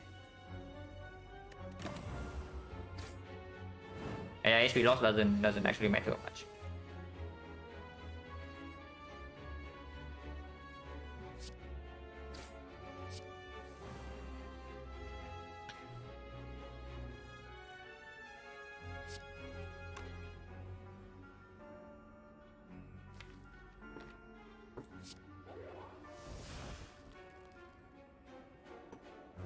Next turn can be a bit weird.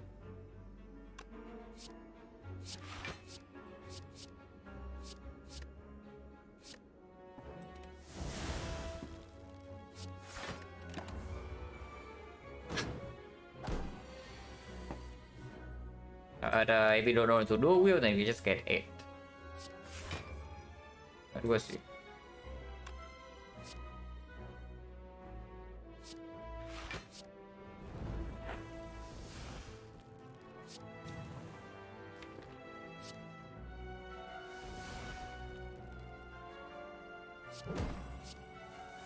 Okay, we do get 12. So yeah, because we pass this way instead of this way, we get to actually feed on 3 enemies. Oh, that's cool.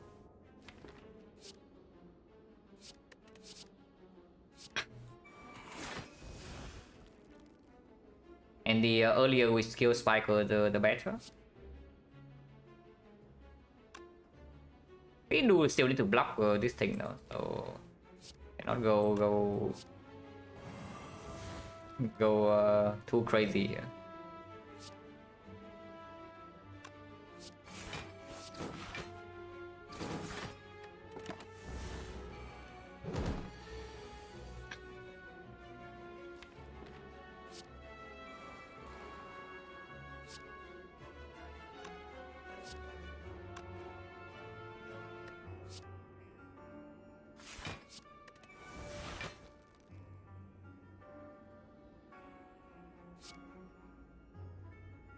Oh, this is then fit next turn, yeah.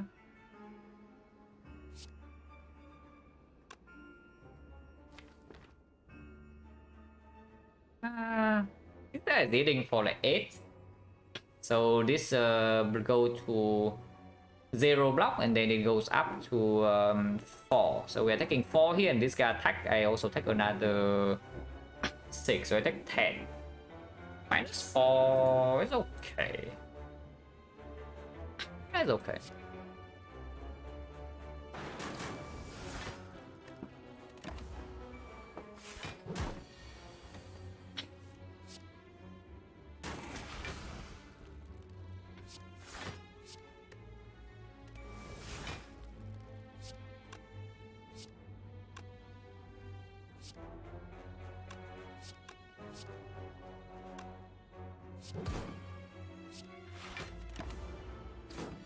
Okay, now we just we didn't fit.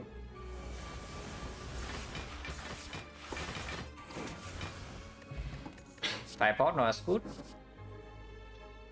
Doing one more blood I think on. It's blooding plus, but not really, right? Like, yeah, watching the last few fights, we are not lacking energy at all. I mean, very rarely, but usually not. Patros is the bigger problem, and we already have like 2 energy bursts, 3 energy bursts, and potentially 4 energy bursts. Let's do a with no pain. So not interested. We don't need more weakness. Have double shockwave already, and these are useless.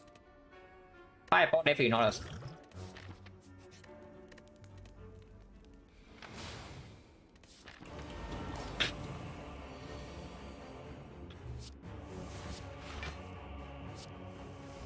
Okay, no limit break on turn 1. Doesn't matter too much. We have turn reset, so this fight doesn't matter that much.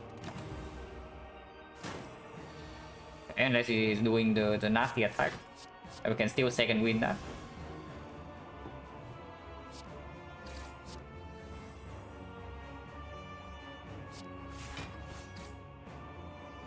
Probably play out the clock this turn.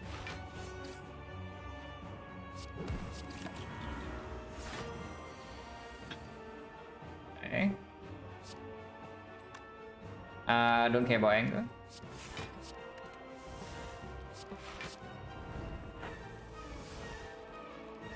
Don't need to do with the funeral pain at all. Yeah, here the if we got to save this for strength reset, the second win is a little bit weird. I guess we don't.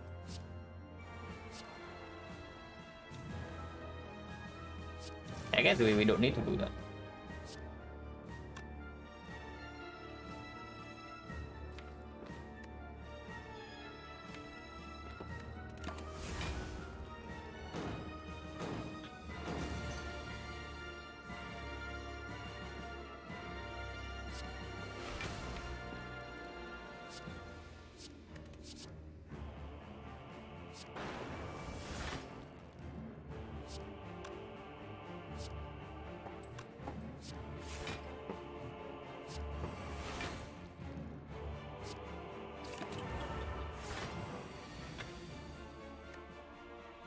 But the limit break.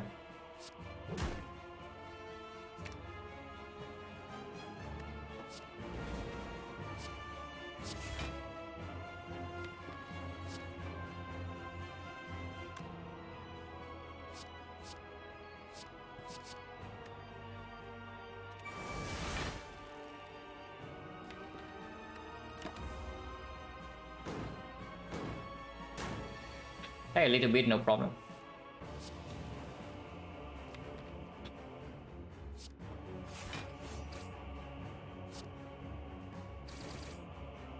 We just flip next one, doesn't matter.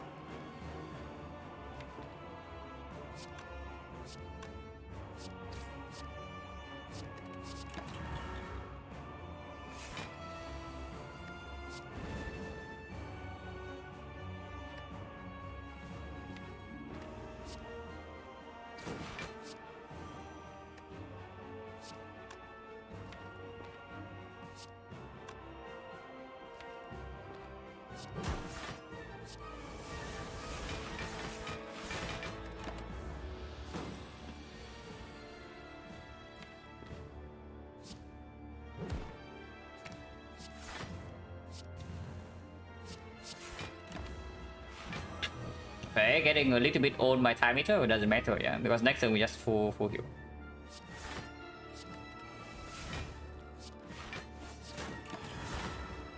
Ow.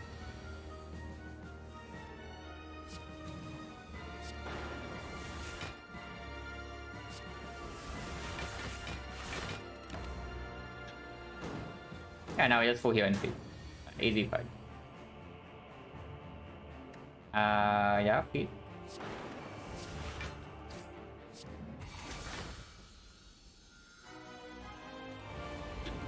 Not even a awaken one. Also doesn't matter. Yeah, we strategically did not go to leave because we know that most likely we leave this icon full HP, so the rest also is wasted.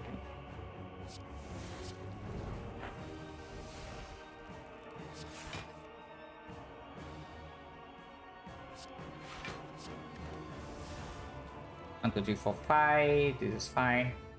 And a war energy. Like 2 here, doesn't matter.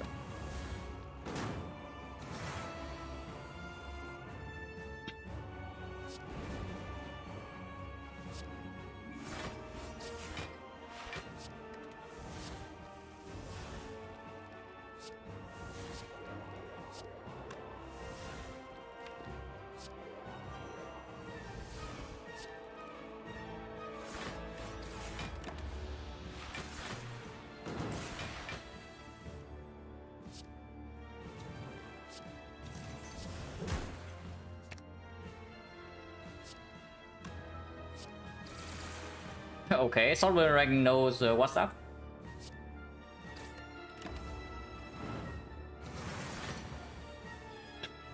The Sovereign Rank definitely knows what's up.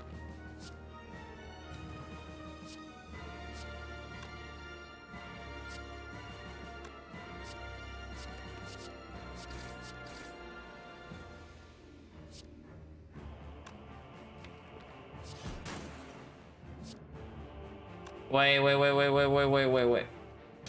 Okay, -4. I was too drunk on power. I actually completely forgot that I should actually do a wheel feed in this fight. Surely for max HP will not matter, yeah? Yeah, surely for max HP will not matter. Right now too late. Like right now if I try to do a wheel feed, I'm going to take like 1 billion damage because I already did do the twin strike. Easy potion, yeah, sure. Fruit juice. But probably not.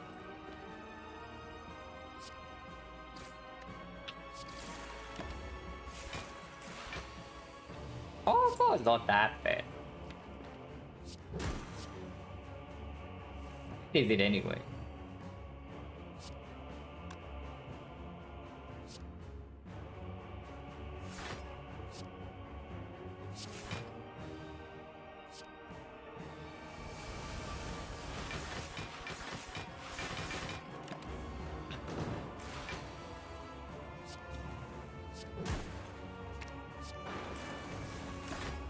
Yeah, feed next turn, full HP. Easy fight. But could have been 130.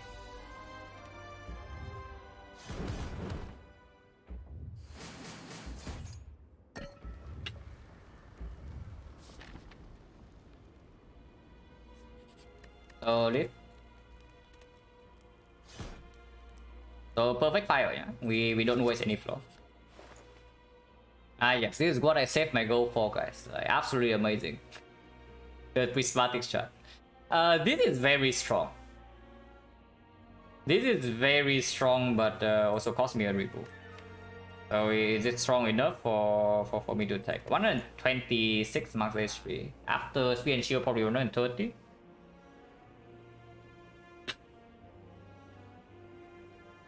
I like the second limit break a lot. Because it does allow me to headbutt something else.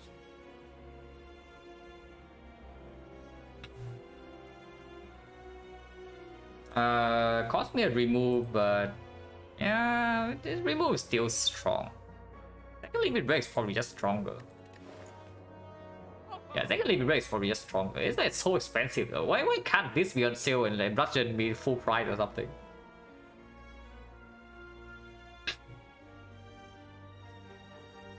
Actually, I don't know. No. That's wrong. That's wrong. The second limit break is not good. No, it's not good. It's not necessary because we have this thing here. We have liquid memories. So for one fight we can win. We gamble through. Like for example, we do spear and shield, no potion, and then hard fight is easy. We gamble until the limit break. We play limit break, and then we liquid memories again, limit break, and then headbutt again. Limit break 3 times. That's more than enough. Otherwise, we spend like gamble through one fight and then liquid memories the other, and that already covers for the second limit break. For strength mode, the heart can only take 200 damage per turn. If it can actually take like 500 damage per turn, or if it has more HP, then sure. But at some point, like when we get, so we start with 4, yeah. Play limit once it goes to 8, and play limit twice it goes to 16. 16 is already maxed out with sword mode rank. That's almost. 32 is more than enough. We never need 64. So the second limit break becomes a burden in our deck like, fairly quickly, and of course it also slows down a little bit first few draws. It really rely on like feel no pain to block. The second play basically limit break, yeah sure. But this is probably just remove, and then after remove I don't know. Like do we want the struck? It is still struck plus. It is struck plus with this thing. We drop for 12 and draw 1 card. It's freaking leap plus that also draws. Strength equals main block, not fear no pain. Only if we don't die in like 3 attacks. And you also see like the second lead break doesn't contribute to us like full healing at all. We can already do a Will Reaper. Yeah, I just think the Reaper. Anger, I guess, can still strength. It still plays in spear and shield maybe, and if it gets out of control, we can also purity it. Bash is still useful. We can start with like bash into shockwave into the second shockwave or something. Or yeah, just bash into shockwave if we play vulnerable. And of course, artifact stream in the heart, not that important. Maybe opens up the dark side force block. Depends at this synergy, yes, it's true. Yeah, probably still remove strike. And then yeah, I guess I can buy strike.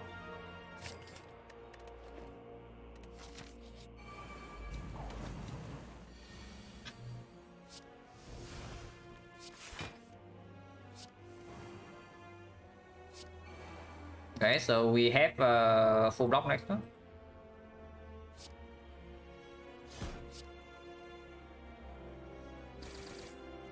Okay, Boomerang has spoken. Like, this guy needs to die, apparently.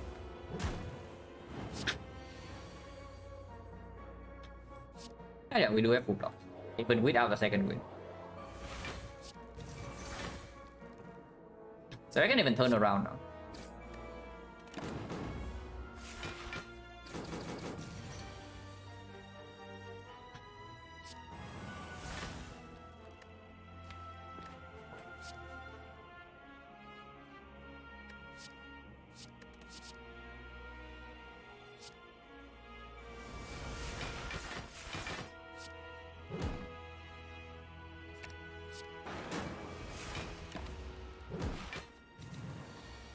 Is burn strike, and next turn is doing the hit.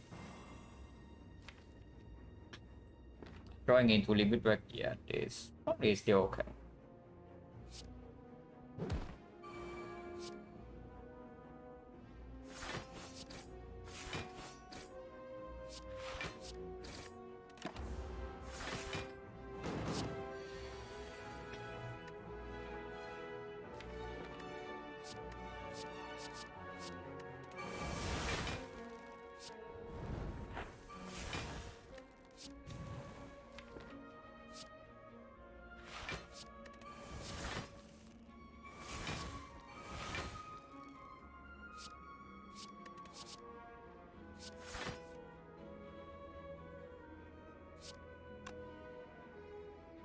How big is this hit? This is 16, 16, 24, 24. Weakness is 18. 18, and this is 9 times 4. So I'm already full blocking. Always avoid opening hand. You're very lucky, yes. I mean, some cool luck, but it's actually like a skillful play, you know. Like infinite, no. It has infinite HP though, if that is what you're asking. But infinite, no.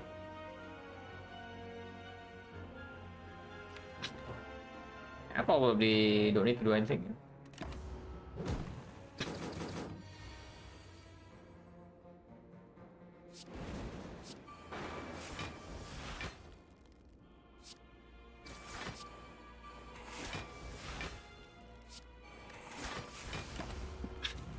Easy fine.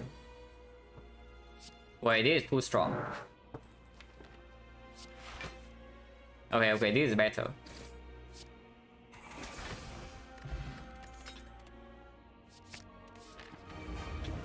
Now, good card. I guess I take the card. And no complaints there. So, to rid away the anger, play Apotheosis, probably take other energy. And then we see. There's an argument to just take the 2 damage here and not through with the anger so that I can game the screw next turn.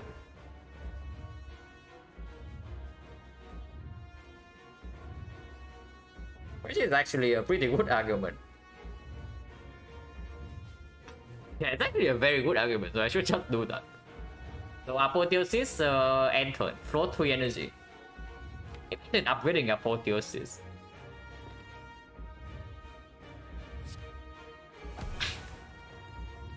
Yeah, good turn 1.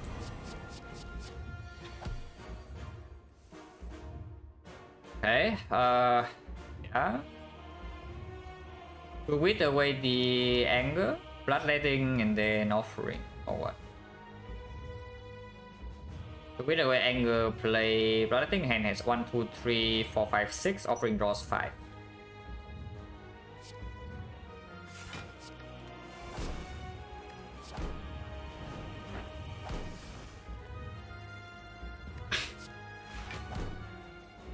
So this is where I gambler through, yeah.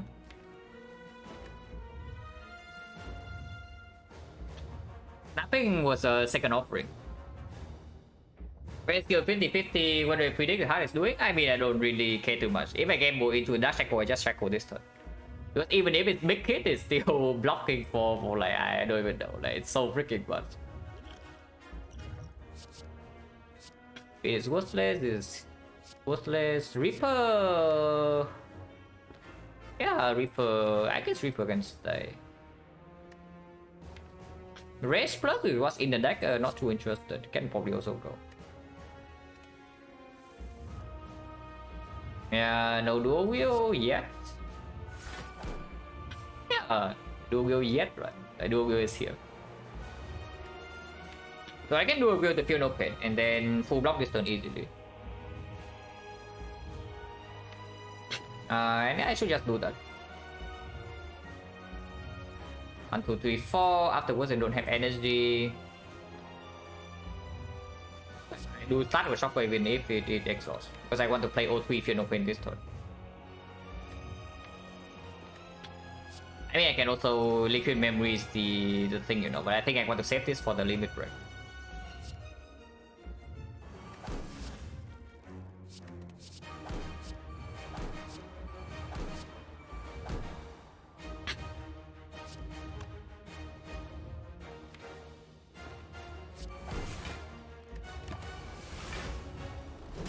Okay, so now the multi-hit. No problem whatsoever.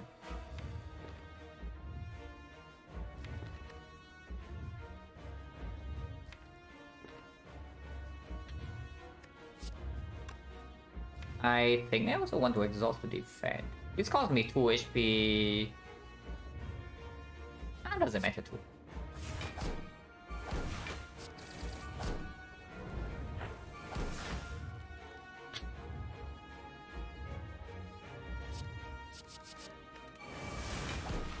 Yeah, it's already easily full blocking.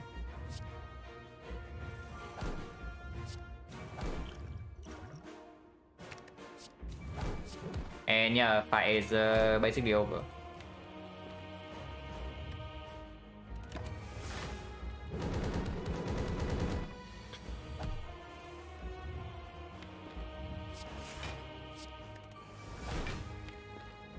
As long as they do not play Dark Shackle this turn, this fight is over. But I just need to not play Dark Shackles now. It's like, and now we honestly can do whatever we want.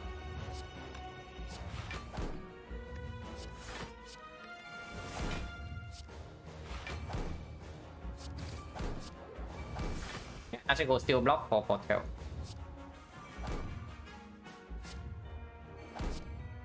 Don't know why I blood anything, but I did.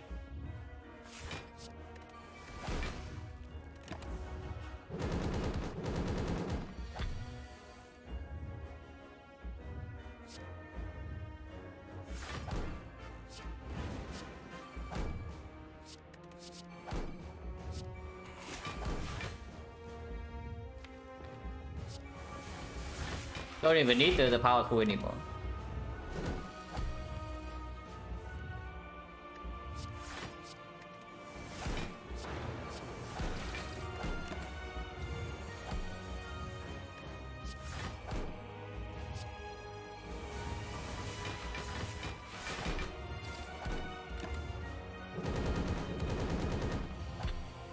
Easy fight.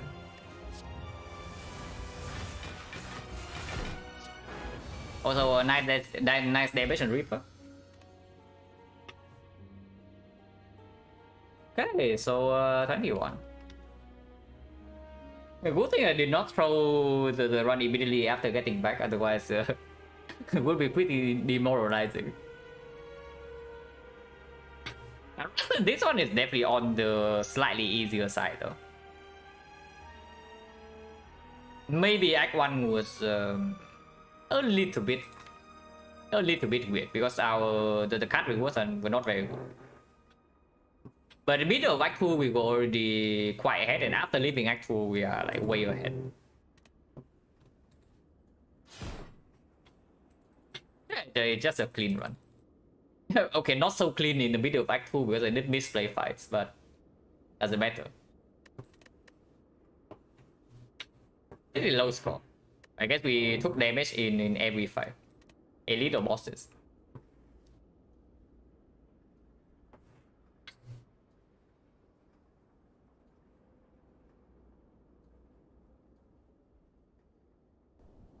Honestly, I really like playing with Limit Break if it can perform. But this was a cool one.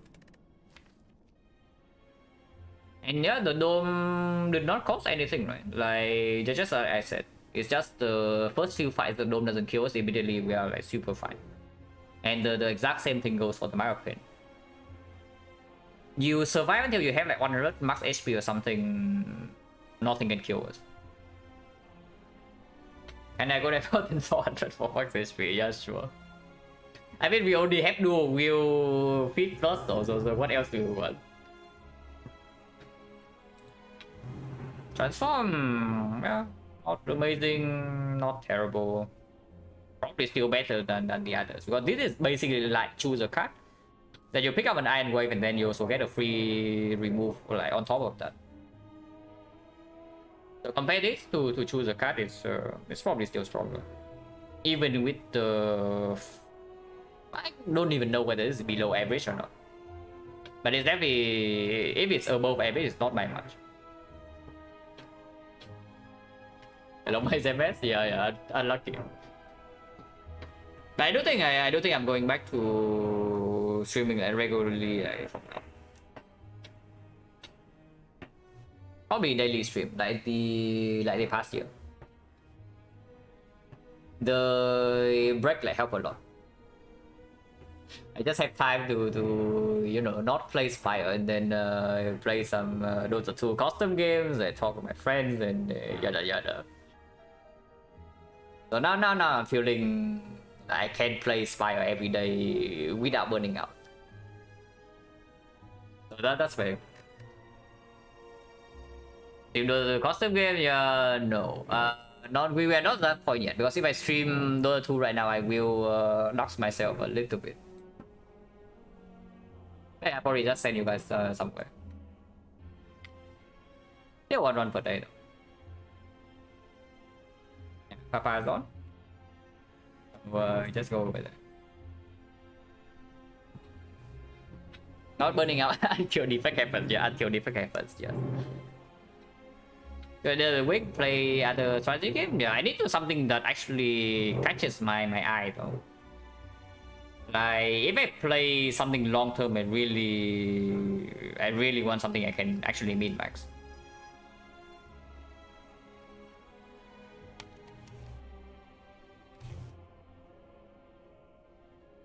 But yeah, we'll see what happens, because have I play XCOM? Not really. I watch a lot, but friends play through. Yeah, probably not. I don't want to get banned, you know, like perma ban, and it's going to happen like quite fast. But yeah, thanks for watching, guys. As always, good to be back, and yeah, see you tomorrow.